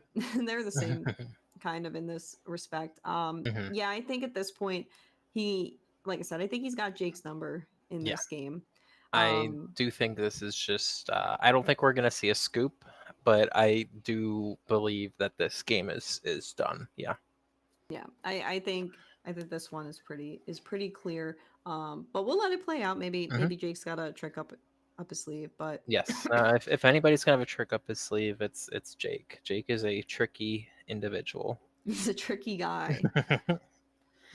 So now we're gonna see Joe just further building up the board, putting a bravery charm on that Halucha because he likes it. And we're gonna see a Phantom Dive and just go ahead and take out that ugly Impidimp. I You don't have definitely am to a fan call of him that. ugly. Oh, it's hideous. I definitely think that, not only, in the name of the game is Joe doing the right thing, but just I think morally, I'm definitely a fan of what just happened there. So Morally.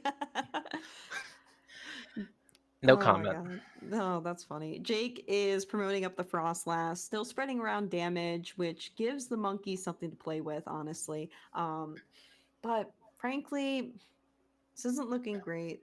Um, Jake's just he's looking for resources here. He's That looking is a lot of stuff in the discard. Yeah, I'm I so mean, sorry to interrupt, but that is just yeah. a damning selection there. Yeah, he's making some choices here, and I don't Yeah. know if these choices are going to save him, if I'm going to be quite honest. I mean, we play one rod, one stretcher. I believe the stretcher has been used, but don't quote me. The rod for sure gone. So that, this is we're working with almost fumes at this point, I believe. Um, I mean, if Jake somehow comes back from this, it would be incredible. Yes, yeah, I would for be sure. extremely impressed. Um, And we're gonna see the high prioritization of keeping the Ionos here. I do think it's good to maybe keep the research, and oh no, we're just gonna lean into the Iono line, and I think it's okay too. No, we ultimately decide we want to have a research, and I think that's good, because we're gonna rip the Iono here, keep the research in deck. Now, eyeing up the Devo is the only tool. Curious what your thoughts are on, potential Devo line here. I mean, I think if he can grab Countercatcher through an Iono, along with Devo, the Buddy Poffins, and the setup, honestly, I think it might just be enough to slow down Joe and maybe even Mhm. get Jake a comeback. Yeah. Well, and I think what's interesting is we're going for a Poffin here instead of the counter catcher. And honestly, I almost think the counter catcher should come before the Poffin here. I'm not gonna lie. Like, it feels like the disruption is more important than the setup, and that's that says a lot. But also recognizing too, we have the stadium, we have Spike Muff in play, so uh, to me, I think the counter catcher should have been grabbed off the secret box. Um, See, I guess the only argument against that is that Jake's gonna get 5 cards. Yeah, and we Yes. do hit the counter catcher and Poffin, so all that debate out the window. I So Yeah, and now he's deciding who is going. What's whoa. Oh, okay. I guess Jake is saying that thing is going down. I do not care. um, Yeah, I mean, it's just very interesting. I think bringing up the Halucha here, knowing that it can't get a rescue board. I mean, we already have the rescue board used, but just knowing that it's tool locked, to me that seemed like the play. But we're rolling here. It doesn't matter anymore. I mean, now Jake kind of has Joe's number here. He's knocking I out we yeah. the Dracloak. He's going to get this knockout on the Dragapult because of the Devo. Um, Joe has no he has no rare candies, like I said. Mhm. Um, So one thing that is going to likely come into play here. So Joe does play. Oh, I lied. I needed to look at Joe's deck. There's no and that's why I started to question. I referred to his list. There is no Blood Moon, so like there's just not gonna be a way of attacking here. yeah, Um, I mean, now Joe's kind of faced with yeah, the issue where oh my god, and then 2 gust off of the and we prices have we too. have the rare candy Grimmsnarl in hand, a Badoo on board with Boss. I mean that's game in hand. This is game in hand.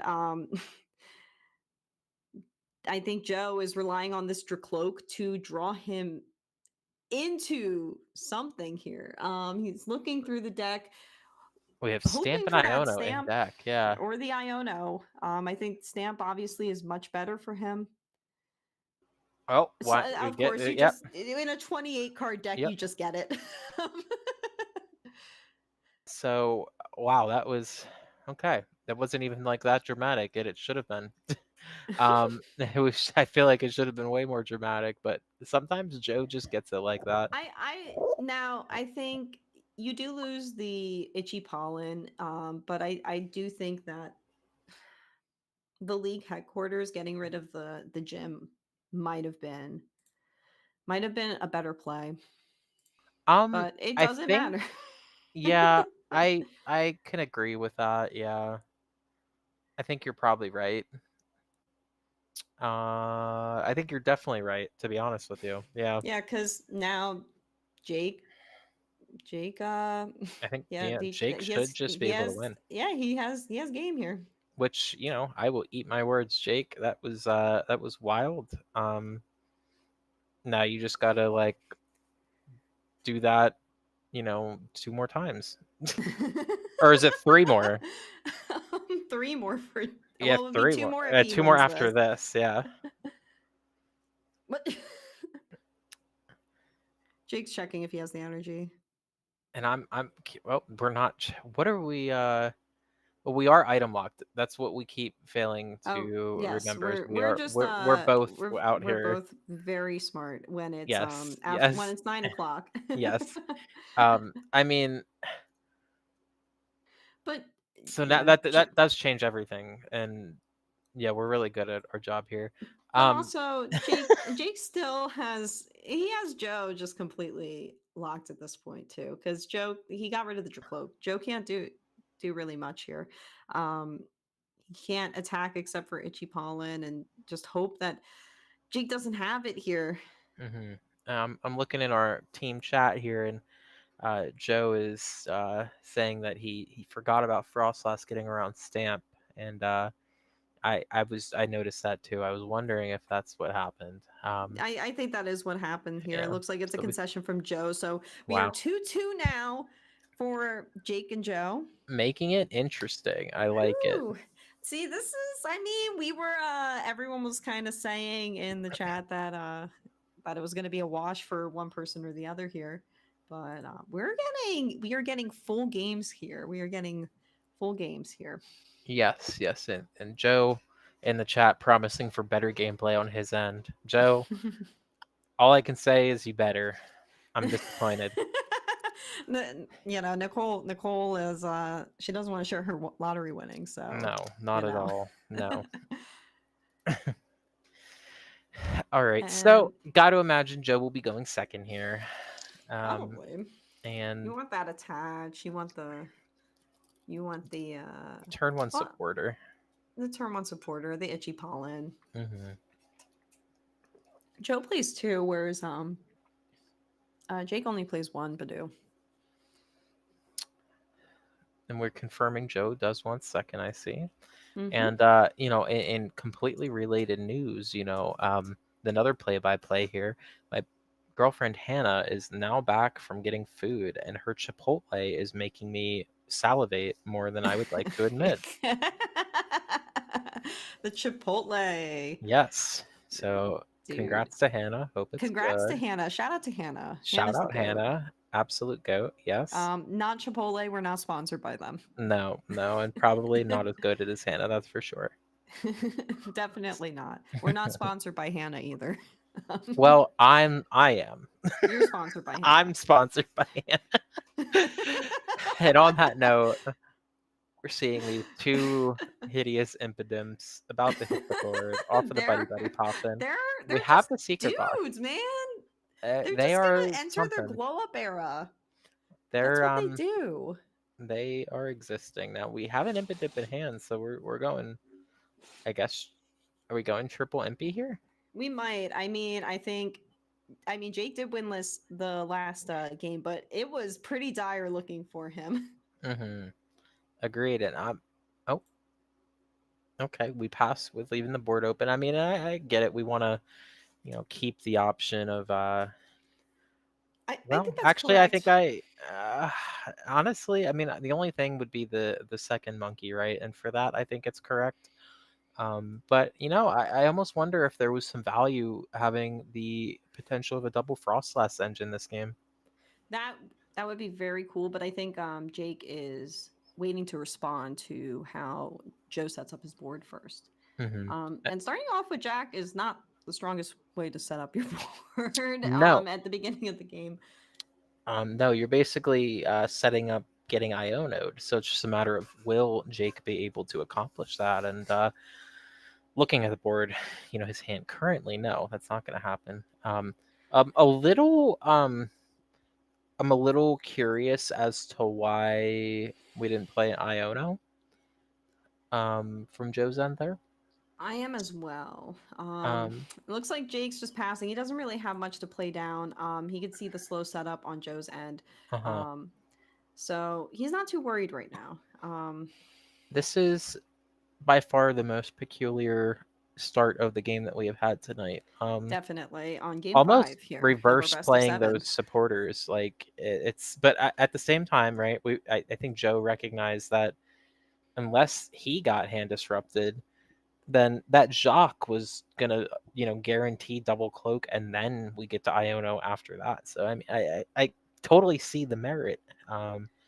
Interesting though, just to say the least. Very interesting. It is very interesting. I think I mean, I think there's an argument to be said that using the Iono first would have been, I think, maybe even the better play, just because he can see that Jake's setup is pretty strong compared to his, and Dragapult really wants to be set up. If Jake somehow did have access to an energy, he did have TM Evo in hand. He could have really started laying out damage with the snow runts, start building up his impidimps, but so it was a gamble. It's a gamble that I think paid off for Joe in the end. I think so. Yeah, it was definitely a gamble, and it seems like we were unpunished. I'm just gonna further establish our board here. Debating on that fourth Drapey, and I kind of agree with the debate. I think leaving that slot on the bench open for whether we get our Fez out, the Genesect, because the secret box was not played yet from Jake, so being able to stop that from happening could definitely be good. But we're now at a point where wondering if we're gonna hit the retreat, and we are, and I don't know how to feel about that. I think it's, I mean, like I said, I think because of the Iono, this is the stronger play because Mhm. Joe's unsure if he just put Jake into a handful of item cards to get him exactly what he wanted here. So I think uh, I think using the Itchy Pollen to force something like an Iono is not a bad play because it allows Joe to see further into his deck as well as Jake. So I personally think that that was the better play. I don't think Joe's going to be hurting too hard from the lack of the attachment here. He can see how slow Joe's setup is also becoming. So I think he's also leaning into that. Yes, yeah, I could definitely see, being that Jake's setup is slower, not totally stressing on the energy attachment, but coming from myself who played Dragapult, a lot for majors, I know just how important that energy on board is. Especially when we're not having Neo Upper or Crispin, as an option. But I think ultimately you're correct. No, being reactive to your opponent's board and knowing that you have that time and being disruptive, at the cost of that energy is probably good. Yeah. And this is slow Dragapult. So Joe isn't afraid of losing a few prize cards in the process as long as he wins in the end. Right. Um, and you can see he's actually checking how the game has gone through. He's looking at resources right now, probably on Jake's end to try to understand what the likelihood is of Jake finding certain cards. Um, Getting that shuffle with the spike myth, not even looking into the deck. Joe then goes into the recons, hoping to grab um, anything really. He might be looking for that for Stadium to get rid of the spike myth because Hmm. he wants this itchy pollen to stick really hard. Well, I think what we're gonna see that Iono, and this is just gonna be about further establishing the board. We want to see energy. We want to see more cloaks, and get that all but the extra cloak as long as we don't hit another one here. And there we go. Prayers answered. We get our other cloak. And we're well on our way here. We're going to see that energy attachment and even the stadium bump potentially. Now, again, at the cost of not being able to itchy pollen. However, I'm going to be honest. I think the stadium's only going to be for basics, and we're playing against Grimstar. Maybe it is just you keep the stadium out, and I'm not actually quite sure how impactful. I mean, the only thing the stadium does for us is harm us by not being able to pollen. So I think we just don't play it, and that's what we're going to see. And just like now, my argument against that is just like we saw last game. I mean, it's giving Jake complete access to Grimmsnarl if he already didn't have access to it. We have two more Grims on the field, so now we're gonna have two big guys out here. Mhm. If Jake decides to evolve them both, which I do not see why he wouldn't, honestly. Yeah, and I think knowing all of the damage counters that can crop up real quick from the other end here, you definitely evolve both. It's not like the Morgrims are a draw engine. We just use the Morgrims as a means of getting to our Grimmsnarl. And so we do that. And now we're just trying to analyze, rather debate here, whether, we're playing that Arvin, and then if so, which we are, what are we grabbing? And I mean, obviously, being item locked, we're more worried about the tool here, which is going to be that Devo, but still grabbing that item, for sure, because we want to set up future turns where we aren't item locked. And I'm thinking it's going to be a card for resources, and it's exactly that. It's a Night Stretcher, a resource from the discard on demand. I think that's really smart. I agree entirely. Now I think I do think this is the smart play from Jake using Itchy Pollen, just holding off one more Mhm. turn to get everything he needs here, the whole board state set up. Well, I Because think more. You go ahead. I'm sorry. no. I was gonna then counter myself and say, I mean, Joe's got three cloaks out. He's gonna Hmm. find whatever he wants as well at this Yeah, stage of the game too. I think what it was more about, not pivoting into Grimstar, was more about keeping the Badoo off the bench, because we would much rather have our opponent Phantom Dive straight into the Badoo here rather than get to manipulate counters into it for an easy, pickup prize on the bench. And that is I think that's completely true as well. And Jake is, Jake was on the money kind of with using that. Joe's considering using the headquarters, but instead opting to Iono. Instead, he did just put the jamming tower down to the bottom. So I don't know if it would have been better to spike move to shuffle the whole deck and then get access to jamming tower. But it looks like we found the Dragapult. Um, and I I mean, Joe love can that charm still on the Badoo. that that's fantastic because it stops any sort of Adrena Brain shenanigans here. Mhm. Um, just responding with another itchy pollen. Yes, yeah, I think that was like, honestly, as well as that turn could have gone for Joe. Now Jake drew into the Frostlass, so that Frostlass damage is now ticking. Yes, no, and I think that could potentially end up being impactful when we see we got two Dracloak on the board, and even that Dusknor is, that's not going to be as impactful, but it will pick up damage counters. So I mean, and you can see Jake was pointing over there. He's eyeing up that the Noir is ready to pop 13 on him, and then mhm. the Dragapult take 200. So he's considering bossing up something, and I wonder if he's gonna go for the Noir.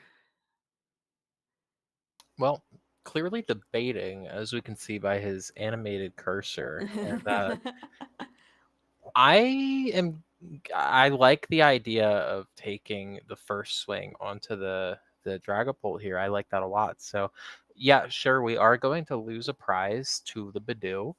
Um, but I think getting this other impetus out, this is a strong board. It's not the same type of board we've been seeing with all the monkey action, but I think one here with our two big guys and then the little guy threatening to be evolved, I think that might be It's a very enough. strong board state, I think, for Jake. Hmm. And I think also targeting the Badoo is correct here too, actually. And now it looks like Jake's kind of going between what's best here. Yeah, I liked targeting the Badoo with the Adrena Brain. I did not like. I think he played that perfectly. That Yes, was I optimal in think my hunting opinion. down the cloak with the board on it Hmm. is entirely correct because a big dragapult with energy, not energy damage on it that can retreat freely and force you to have to adrena brain onto it and not spread throughout the board is very powerful. So he is. I do think that Jake played that perfectly in that term. Yes, yeah, no, and I think like the biggest thing here is not taking that prize to then get stamped, right? Just set up the multiple prize turn that we know Grimsnarl wants to go with, or even potentially that Devo turn where all of a sudden the attackers are gone. They're Devoed, they're gone. So again, just keeping multiple lanes here into a win condition, which is, definitely telling of a game that isn't going to be taken out of Jake's hand easily. That's for sure. And it looks like Joe's considering just swinging back into the Grimmsnarl with the Phantom Dive, which I'm not honestly opposed to this. He would be able to get a 4 prize turn and completely wipe the board of these Grimmsnarls next turn. Mhm. Um, because he would be able to activate the counter catcher with the Dust Noir then. Yeah, I think we're seeing exactly that here, just spreading damage so that there's going to be some tough choices to be made on Jake's end. We will see how Jake responds here. Now he does have another Impidimp, which I think hopefully he can read between the lines here and place that guy down, because I think he's he's kind of like he's kind of cooked with these two Grimmsnarls Mhm. out of the way. Well, and I was shocked that the Impidimp didn't go down last turn. When I mentioned that, having our two big guys and then our little guy threatening to evolve, that little guy never did threaten. He was little bark and still no bite, actually. So I'm actually kind of concerned with the fact that we're now potentially going to be gate kept out of an evolution. If we pair a Diva with hand disruption, and stadium disruption, if we don't have the evolution into another Grimmsnarl after a Devo play, we just lose on this end. So I think the Impidum needed to be down last turn. I'm going to be honest, but still not going to go down. And I am concerned that Jake is not reading between the lines here, actually. Yeah, I think well, it looks like Jake is aiming to knock I think, out that Dragapult and the yeah. Nature Cloak with the Adrena Brains. So with that, he will get his 3 prize turn. And because there is not a lot of energy acceleration in this deck, I don't think that was correct. um, actually, I don't think what Jake just did there was. I think Yeah, I think at this point I am confused. I'm going to be honest. now I'm like, wait, I'm gonna stop exactly what I was saying. um, but no, actually, it Well, was correct. Just I wipe the mean, whole board because the yeah, Frostlass, and we forgot about the Frostlass we're because we're still so good continuing. at this Yes. game. And this is exactly why whenever people get critical of casters in general, we got to give them a break, because honestly, watching it from a bird's eye view instead of, from a first person perspective, it changes a lot. So Also, we- talking and analyzing at the yes, same time. yes, but It's no, different I than when I'm pacing around in front of my TV with the stream on, yes, yes, yelling at it like a yep, sports game. yep. And so yeah, we're gonna see like that board destruction, and Oh my. now all of a sudden, we're right back up here. It's, obviously we got to get the evolutions off, but Joe with a pretty strong response. It's just Yeah, a he matter has of, a great recovery, but can he fully recover when there's still these two Grimmsnarl out? well, that, and we have the monkey dories out too, and one has energy, so that Badoo very likely gonna get knocked out into leading to one prize left. Yeah, and I mean, yeah, if Jake has access to Gust, then he will be able to also just Well, I think even though we don't need Gus, I think if we just get attach retreat, we win. Oh, we yeah. don't. Wait, we have again Frostlass. Do The we? Frostlass. We do just Jake does Up. just win here, right? Yeah. I'm pretty sure Jake just has Well, it, because we right? have Like 30. No, no, we're short a damage let's because the see. Drapies won't take a damage from Frostlass because there's no ability. So we're Oh, we're kind of at a spot where I actually don't think hmm. there's game on board, but it's about as close as you can get without having it. These that's the problem with these two decks is they're both extremely crazy comeback decks that we Mhm. can't. We were saying that Joe was gonna win last game and Jake came back volleying. Yes, yes. Um, now Now, Jake's considering what to do here. I like these He's grabbing the scraps. Devo, yeah. I And I the I think getting. I mean, first off, just thinning. Obviously, that's good. But I wait. So if we, oh, I see. yeah,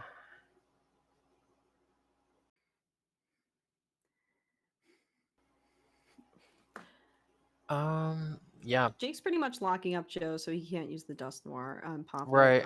at this point. And also, he showed him he has Devo, so Yeah, Jake it's has kind of to, Joe has to respond. yeah. I'm trying to, and that's why I keep going. I'm trying to think of the response. Looking at I this don't think there board, is one at this point for Joe. I'm gonna be honest. You almost, can't boss stall because everything has a way out unless he finds yeah. the Janty Tower. It looks like And Joe concedes. So so now Jake Jake going up takes 3-2. game 5. Woo Yeah, we're woo! swinging One more, the, Jake. yeah. Let's go. So this is going to be interesting, right? So I think we're at a point where Joe has to kind of change the way that he's playing this, and I'm interested to see if he picks up on that read, and then if so, how, like, what are the differences that he makes? And from my perspective, I think we have to play more aggressive. I think we're sitting Yeah, back a lot, and I know Dragapult likes to sit back and get established, and you definitely want to be established first, but I don't think we have to be taking as long as we're taking on some of these within some of these board states, right? Like I think we could be the initiator, the instigator a little bit more frequently. So we'll see, and I'm curious, what do you think Joe has to do different, Nikki, from I your mean, perspective? looking at his list, I think he has to start. I think he has to start slamming down the league headquarters because the itchy pollens and the oh my god, my brain. I'm so sorry. The itchy pollens and the grasping draws have been helping Jake a lot throughout Mhm. these games. Additionally, he needs to bump the gym. I think he needs to bump the gym more. I think he just has to play more aggressively and set up his board. He needed to pop that Dust Noir more quickly, in my opinion. Um, and I think I think there's a lack of aggression in his gameplay because I think because he took 2 games quickly in the set, he kind of maybe got a little laid back about it. Now he's realizing, oh, I have to actually like, I got to play here. I have to lock in and, really focus on trying to beat Jake at his own rhythm. But when Yeah, Jake just starts building his board state, getting that Devo out, getting access to the Ionos, I mean, it's hard for Joe to come back. right. Yeah, I mean, and that's the thing. I think what we've kind of seen, especially in that last game, was almost Dragapult's strategy being used against it, right? Like Dragapult wants to take its time, and Jake kind of exploited that by recognizing that there was a lack of tempo, and Jake decided to run away with his own tempo, and thus leaving Joe in a position where he was gate kept out of his own strategy, and that strategy being Dusknor. Yep. I mean, he couldn't even use it. And I mean, like I said, Jake showed I have Devo. Hmm. I have monkeys. If you have no way to respond to me, you lose. And of course, Joe gave the concession there.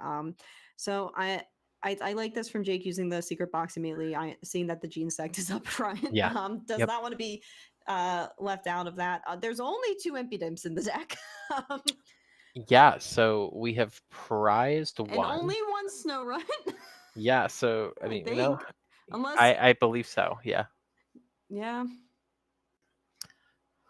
So I believe we're just gonna see the attach and we go ahead, yeah. And I an like the attach and idea pass. of holding the state attach and pass. Shout out. Shout Um, out to attach and pass. Great podcast. I like the idea of holding the stadium here. Knowing that we can't get another basic. Saving that for potentially. Now we're gonna see the Badoo, but we could have coped and hoped that we were able to rare candy Grimmsnarl. Won't happen, but still in a good position through that Iono, I would say. Although, looks like the response from Jake is just gonna have to be an Iono right back looking at that hand. Yeah, and using Itchy Pollen to try to slow down Jake even further here. Now Jake's considering, he's looking at his options. He's got an Iono. He's going to use it back, hopefully to dig a little further here. Um, he found a Morgrim. He found a Mhm. Frostlass. He just I does mean, not have that the paired with the monkeys right now. research, I mean, yeah, but the monkey being a basic, I think we're okay and we're good. We're And we're gonna doing the see the filch. draw one. Yes, let's go. I love seeing that from our ugly little impidimp. He's not ugly. Well, he's He's just hideous. no, no, no. It's okay. Like, listen. Not all of us were beautiful children. I mean, it's I was, true, but like and not all of us. Like, right. Well, and sometimes not teenagers either, because Morgrim is also I hideous. don't think there's any teenager who actually like, no offense, who looks perfect. um, I mean, true. That's a transitionary period of life. And Morgrim perfectly captivating that for sure. the emo stage in a Yes, person's life. I mean, I I think can that's just respect like that. naturally. That's just like the natural order of things. You need Yes. emo teenagers. You know what? If I looked like that, I'd be upset too. I'd also start listening to Evanescence. Exactly. Oh, and on that note, we're gonna go ahead and turn on our dark music and get going here for Jake. We got the darkness in our hand. Just a matter of can we use that against Joe, and let's find out. We're gonna let Jake cook here. Artisan for that monkey, which we were talking about the absence of previously, and Mm-hmm. the unfortunate thing now is, kind of just probably pass here. I mean, I'm sure we go ahead and retreat Did and but do. Does Jake have the rescue board? Because he could Arvin for the rescue board and Itchy Pollen back I here. I yeah, the rescue Yep, there board it is. is in deck. I actually am thinking he's considering an early Devo. The Devo would be that would have been. I think now I think like I think that would have been the play if I mean I think the it's the Devo's play. I think the Devo's so weak against I actually that think one seeing cloak. our hand here, I think the Devo's the play because they're not going to Phantom Dive that coming turn. It buys us a turn, which seems very needed right now. It looks like Jake instead is opting for the rescue board. Yeah. So he's probably going to go for an Itchy Pollen here. I think at this point we have to. I think that we've Yeah, made if our you're bed not going and to we have to lay Devo, in it. then Yeah. you gotta Itchy Pollen. You gotta let things Yeah. get a little itchy, you know. Yeah, and I again I struggle to see where Jake is going with this board at this point. I'm But not sure Jake knows where he's going with this board right yeah. now. There's a lot of Well, indecision in his cursor yes. movements. I'm Yes. going to be honest. Well, and this is like so. I mean, I tested Grimmsnarl like a fair bit. I'm not gonna say like severely, significantly, intensively, but like I tested it a good bit, and I this is exactly the board state that always. I'm just gonna get real with it. It always pissed me off because like you are just off of everything here. You're just like one piece off, and you have zero means of getting to that final piece. Like you are literally just praying to be Ionoed or just in top deck mode. There's not even a Fez in this list, so Yeah. we can't even cope to get a nest ball and go and Fez. It just what do you do here? And this is exactly why I'm a certified Grimmsnarl hater. I cannot get with it. Yeah, Joe's down by one game, so Oh, I mean, hey, listen, I'm not doubting that when the deck plays, it can do things, but I think we're about to see either the craziest top deck or we're about to see the most boring game of the evening, to be honest. and we can just keep riffing during that, Yeah, like, and let them play it out, and then true. Now, we'll get all the clips from this game. I will but say though but that then and see there's that and I'm also going to say that I don't agree with just pollinating from Joe's end. I don't. no, I don't think so. I don't think that was correct either. Um, We I have think 10 damage on the impidimp. We should have been phantom diving for 2. Oh yeah, and just completely starting to annihilate Jake's board. Well, and let's not forget that this is exactly what the issue was before. We're letting Jake now determine the tempo, and that is not going to be good for Dragapult. So another passive setup and game plan from Joe, nonetheless, whether I agree with it or not, that's where we're at. I'm just curious now how this is going to play out. We're considering, do we heal the monkey or do we heal the Badoo? And I think the answer here Or is the you heal the imp, I monkey. think. I mean, I Oh, think you true. I'm can. He ignoring the still has impotent. his Yes, attachment. He can attach to the other monkey still and get yes, double you Drainer can Brain. you can get double Adrena Brain. Um, so I think the answer is heal the Impidimp and the monkey, in my opinion. Um, continuing to target the Duskull. Um, I'm struggling to see how much damage is on it right now, so forgive me. I think Um, it's it looks like it. 30. Yeah, it's 30. So I, hmm, I'm just doing an itchy. yeah, I'm gonna let him cook. I think Let him they're. cook. I think It's 6-6. You know, all right prizes. now they're at this point where they're kind of doing a tango, feeling each other out. Picture it like a sports series, if you will, NHL playoffs. These teams, one is on the ropes, one isn't. And so the one who isn't very much feels like, okay, we got a little bit of cushion, so I don't need to be aggressive. And the one who's on the ropes is trying to play this perfectly and maybe overthinking. And I'm starting to wonder if that's what's going on here because to Maybe. me, we have to start taking prizes. We have a boss's order. This is the turn. We have to get aggressive, but we're if I not now, think. when? Well, I think what Joe's kind of considering too here is if he plays the jack, he can get two cloaks out. If he gets two cloaks out, he can pop, hopefully grab a counter catcher and pop the Dusclops and then start setting up the board how he wants. So I think that's what he's considering here. Um, he's he's okay. Yeah. He's opting for the boss.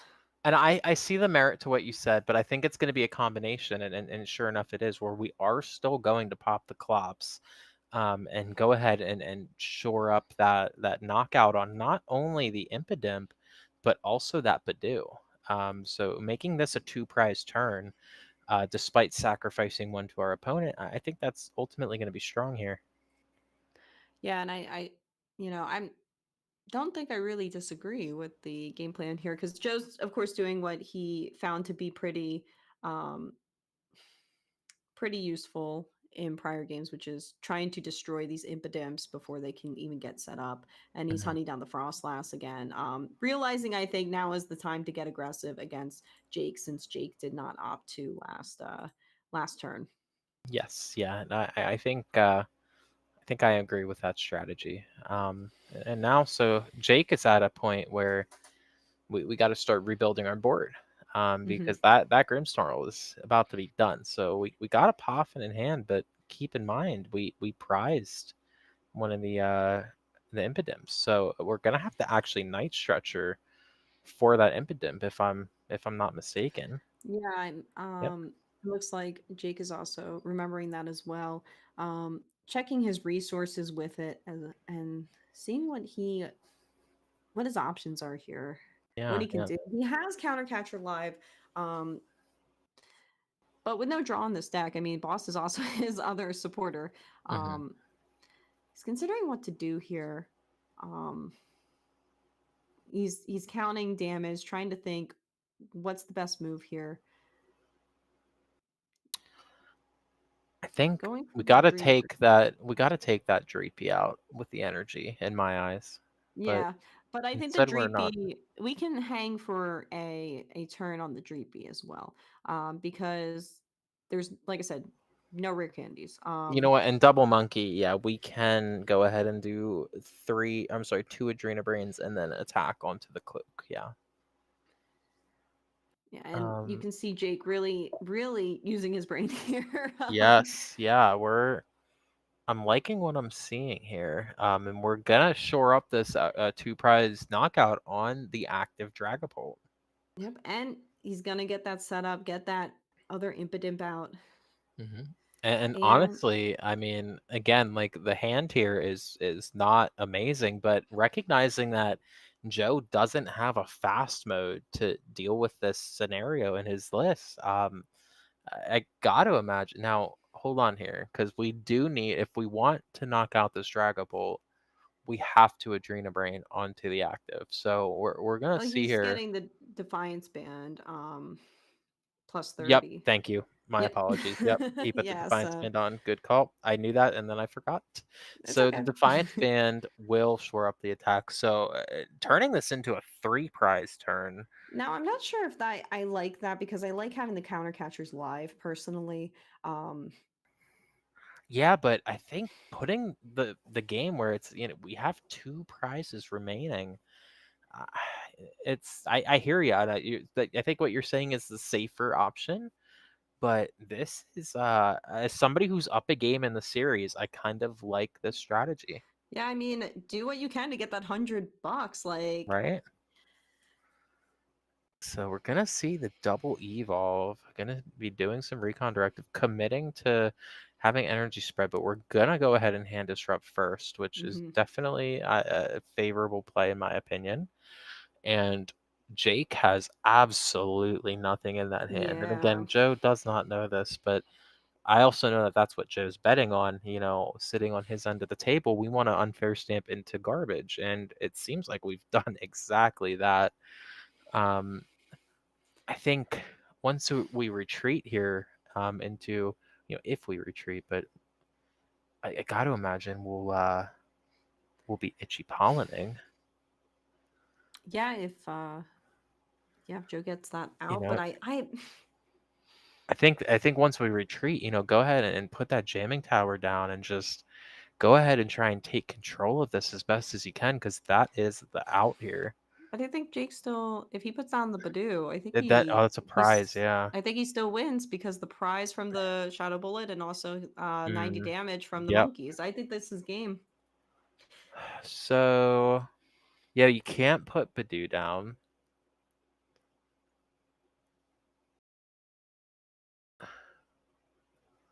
The Shadow Bullet does 100, I think. I think Jake's got him locked up, man. I He think might. Hmm. Yeah, there's the because Freezing Shroud the and freezing shroud. We got triple. Yeah, and there it is. yep. Joe going down Joe to Jake. conceding, and that's our winner. There Yeah, is Jake Jake Stock. swung that from. Correct me if I'm wrong. Was that it? Went 1-1. It was Joe one went to two to one. one, and Yep. then Jake swung the Jake rest of the way. got 3 in a row. Ah, man, we got 6 out of 7 games, Yeah. 4-2. Jake Stock taking the victory against Yes. Joe Maressa. I guess if you're a little green, it does kind of count for something sometimes. So but man, great games though. Well fought, Joe. Oh, I don't hear Nikki anymore. Oh, I'm gonna wait for you Nikki don't. to try and get back in here. Oh, uh-oh. I don't want to. I don't want to Grinch the closing from Nikki here. Those were very incredible games, though. I think we got very good content out of that. There we go. Nikki is back. I wasn't gonna Grinch the closing from you. I wanted you to be here. Hello? Hi, you're back.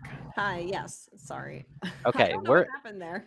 it's okay. I think you just got really excited, and honestly, I get it. That was a Yeah, I very good mean, set.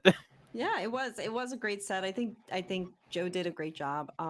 He went down swinging, but I think Grimsnarl just has it sometimes. I Yeah. think Jake wasn't full of hot air when he was bragging to everyone about the about his wins. I don't think he was full of hot air. It looks like Joe's gonna have to pay out $100 to Jake. Yeah, no, Jake walking away with his original 100, and then Joe's 100 as well, walking into right off into the sunset with $200 in his. Hello. Oh, speaking of the devil, Hello. here is Jake, and Jake, we're gonna put you on the spot here. Jake, what's up? Little Oh, what's up? interview. Wait, you can I hear me?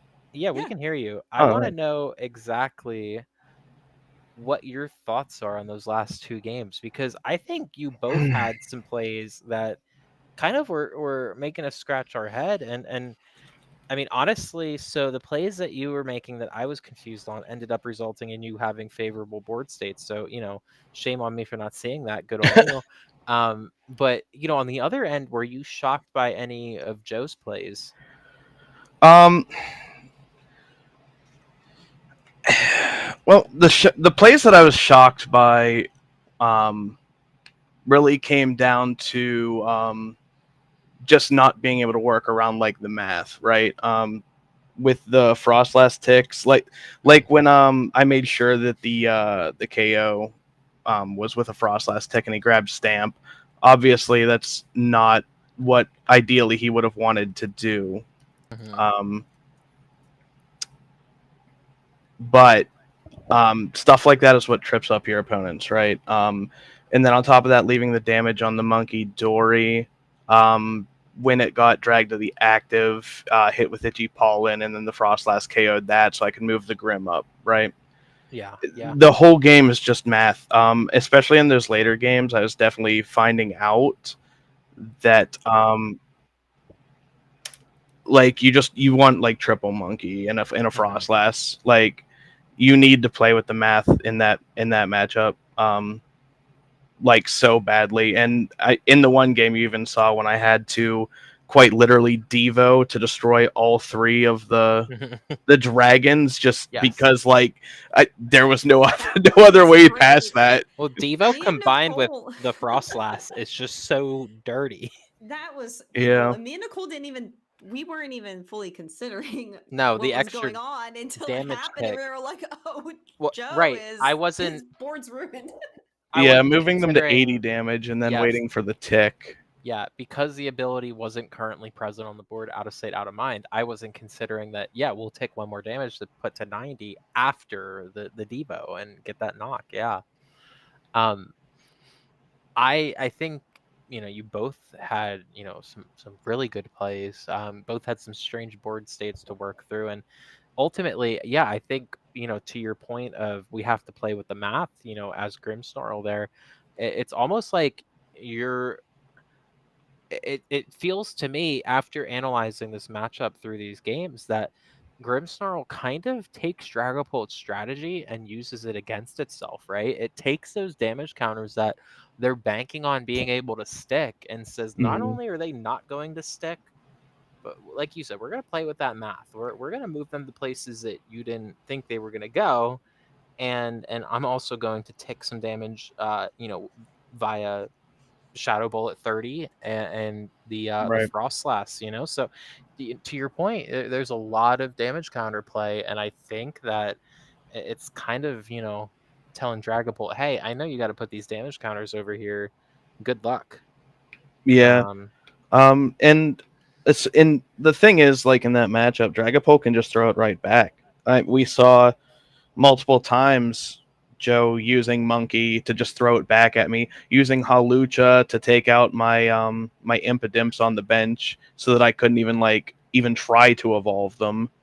mhm. Um, it comes down to just like which side starts taking over and can the other side respond, and like if not, it feels like it kind of snowballs a little bit if there's no response That's definitely what it Yeah. felt like while on watching just it. on both sides. Uh-huh. Like it's just whoever.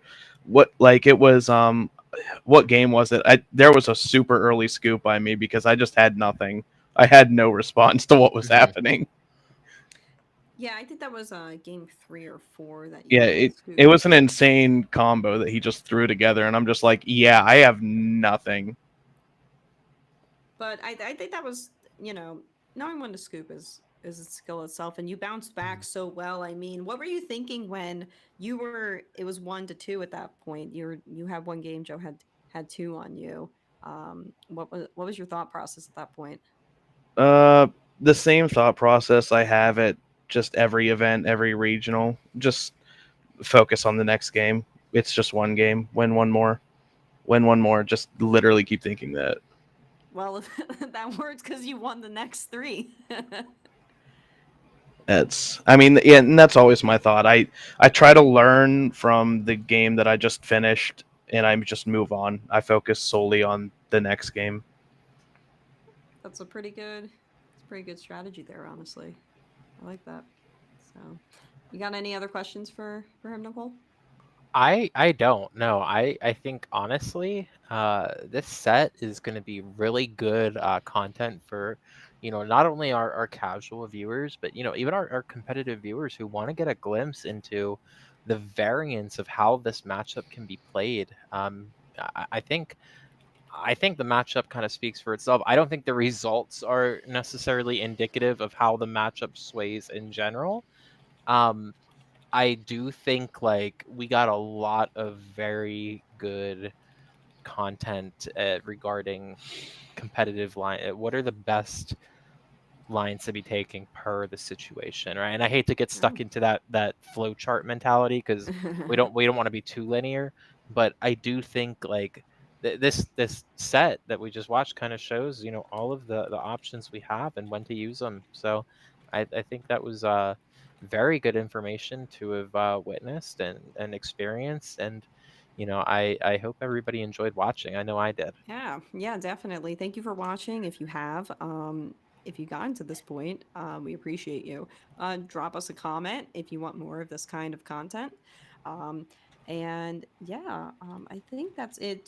Does Joe want to speak, or is he licking his wounds? Hold on, I let think me Joe message is. him. If I know Joe like I know Joe, Joe is already in the lab and he'll be back.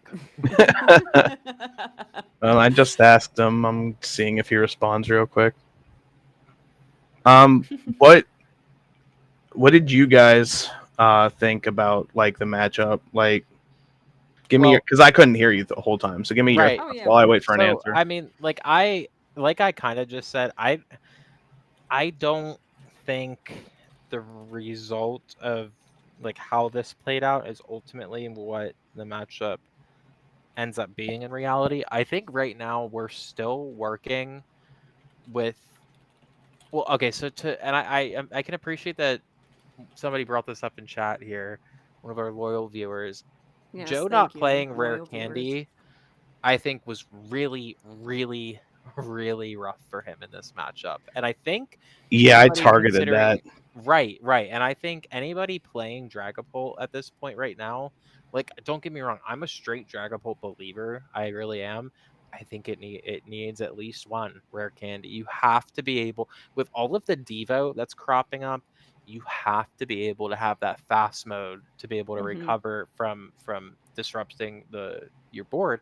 And on Yeah. top of that, to speak to that fast mode not existing, zero Crispin, there was no way to accelerate energy. Period. No Neo upper. It was just attached return, and that was exploited severely in that matchup from your end to Joe. Yeah, I think the lack of candies just completely made the matchup in your favor. I think a Dragapult deck with the candies would definitely change how this has gone, because I think a great response that Joe could have had in many moments would have been rare candy Dragapult attach, Yeah, I swing. mean, especially since we had each other's deck lists. Again, that is something I abused. A lot of my plays were like, I know he doesn't run candy, so if I can take out like the cloaks or if I could take out the pult, I know that there's no response other than probably like an itchy pollen. So like I have a turn. Obviously, like at an actual event, you're not gonna know your opponent's deck list till you're not gonna know if they run candy or not till you play a game or two with Hmm. them. But Hmm. um yeah, and I agree. I think there should be at least one candy just in case. But I I mean, think we it's saw that I just never got to use my candies, so True. yeah, I'm not sure if I think you used one maybe once out of the six I might games, have used one, but I don't think it was more than one. and I think it's crazy that running two stage two lines in Joe's deck, just no candies, is a little wild. Very bold, I think he's maybe learned from that a little bit. But yeah, how did the gene sect with the tool attached? Like, do you feel like that affected you much? Do you think that swung Um, the matchup much? well, one, I think Joe's finally in here. I don't know if he tried talking yet. Hello, Joe. Maybe. Hmm. I Okay. can't hear him. Anyway, um, it definitely affected it. Like, there was always the thought, like, should I just use my ace spec right now? Like, especially that one game where he started Genesect out, and I had box in hand, and I just ripped it because it was like, okay, well, I mean, this is probably like my only chance this whole game because you can't target the Genesect too much with like the damage counters and everything. You need to target the either like the Dust Skull or the cloaks, and I just let the damage slowly build up on the Genesect. But yeah, if that goes down, you kind of just you're probably not using the box. Yeah. Now Hi, we can Joe. hear you. Now, yep. Now we got Joe. How are you feeling, Joe?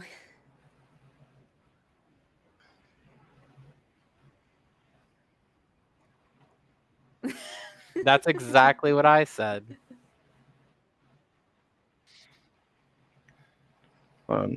Wait 1 second. I don't know if Joe's coming through the stream. Oh, Oh, okay. they're trying to silence you, Joe. They're They trying to they they're silence trying. you. Yeah, They're we are censoring trying to you. silence you. Listen, The Joe, I grim hear snarl you. believers. We are for ugly men and ugly men only. So. What? I don't even know what that means at this What the point. impotents are ugly. Now we're not under now. Oh my god. No, they We've are ugly. I'm erased. just. What are you saying about Jake? No, I'm saying we're for Grimsnarl, who's ugly.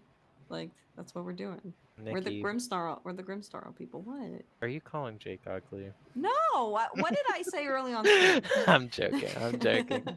I was like, Joe's handsome, Jake's handsome, you know, They're and all here I am handsome. being everyone's. This whole team is just so All right, sexy. Yes. Joe, try talking Anyway, now. Hello? now I can stop Okay, you're riffing. definitely coming through now. Okay. Joe Yeah. All was right. saying that or that he does not believe that this result speaks to the matchup, and I would like to hear more on that from Joe I here. think I think I would have won if I played better.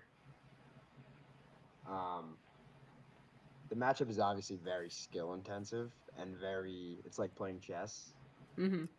Um, and like both decks put each other in very awkward spots, and if you don't respond, there's like a domino effect where if you like don't have a powerful response, you just lose. Yeah, I think momentum's a really big factor going into the Yeah, matchup here. which that's something Um, that I mentioned about the snowball if you don't have a response. Yeah, and like I think it's all about math, right? And I just have no like it's really hard for me to play around the math versus Jake because he has more like he doesn't have to attach to his Grim Snarls to power it up. So like he Hmm. just is putting a bunch of monkey dories down. I can't do that. So you're summing up exactly what I was saying post set here, and that is you don't have a fast mode in your deck, whereas Jake does. Um, and not only that, but it's almost like the Grimmsnarl deck. It it kind of takes your strategy of setting up those damage counters for the future, and it uses it against you, and Yeah. that paired with a more passive game plan is not a winning strategy. I think at this point, for Dragapult to adapt to this new format, and I really think, I know I'm talking up our content here. I think this set just illustrated that if you're going to play Dragapult right now and you want to be able to beat Grimmsnarl, you have to have a fast mode. And I think you only need like a couple card slots to be able to accomplish that, but it has to exist. Yeah. I mean, listen, like the Bon Voyage deck I've been testing is Hmm. that. Hmm. This is a lot more mid range, and like my Hmm. deck still does have fast mode. I just kind of didn't get to show that off, and I did in game three, but Well, I didn't really get to have that explosive start much. I'm going to challenge you on that, because what I'm speaking to with the fast mode is you have no rare candy and you have no energy acceleration.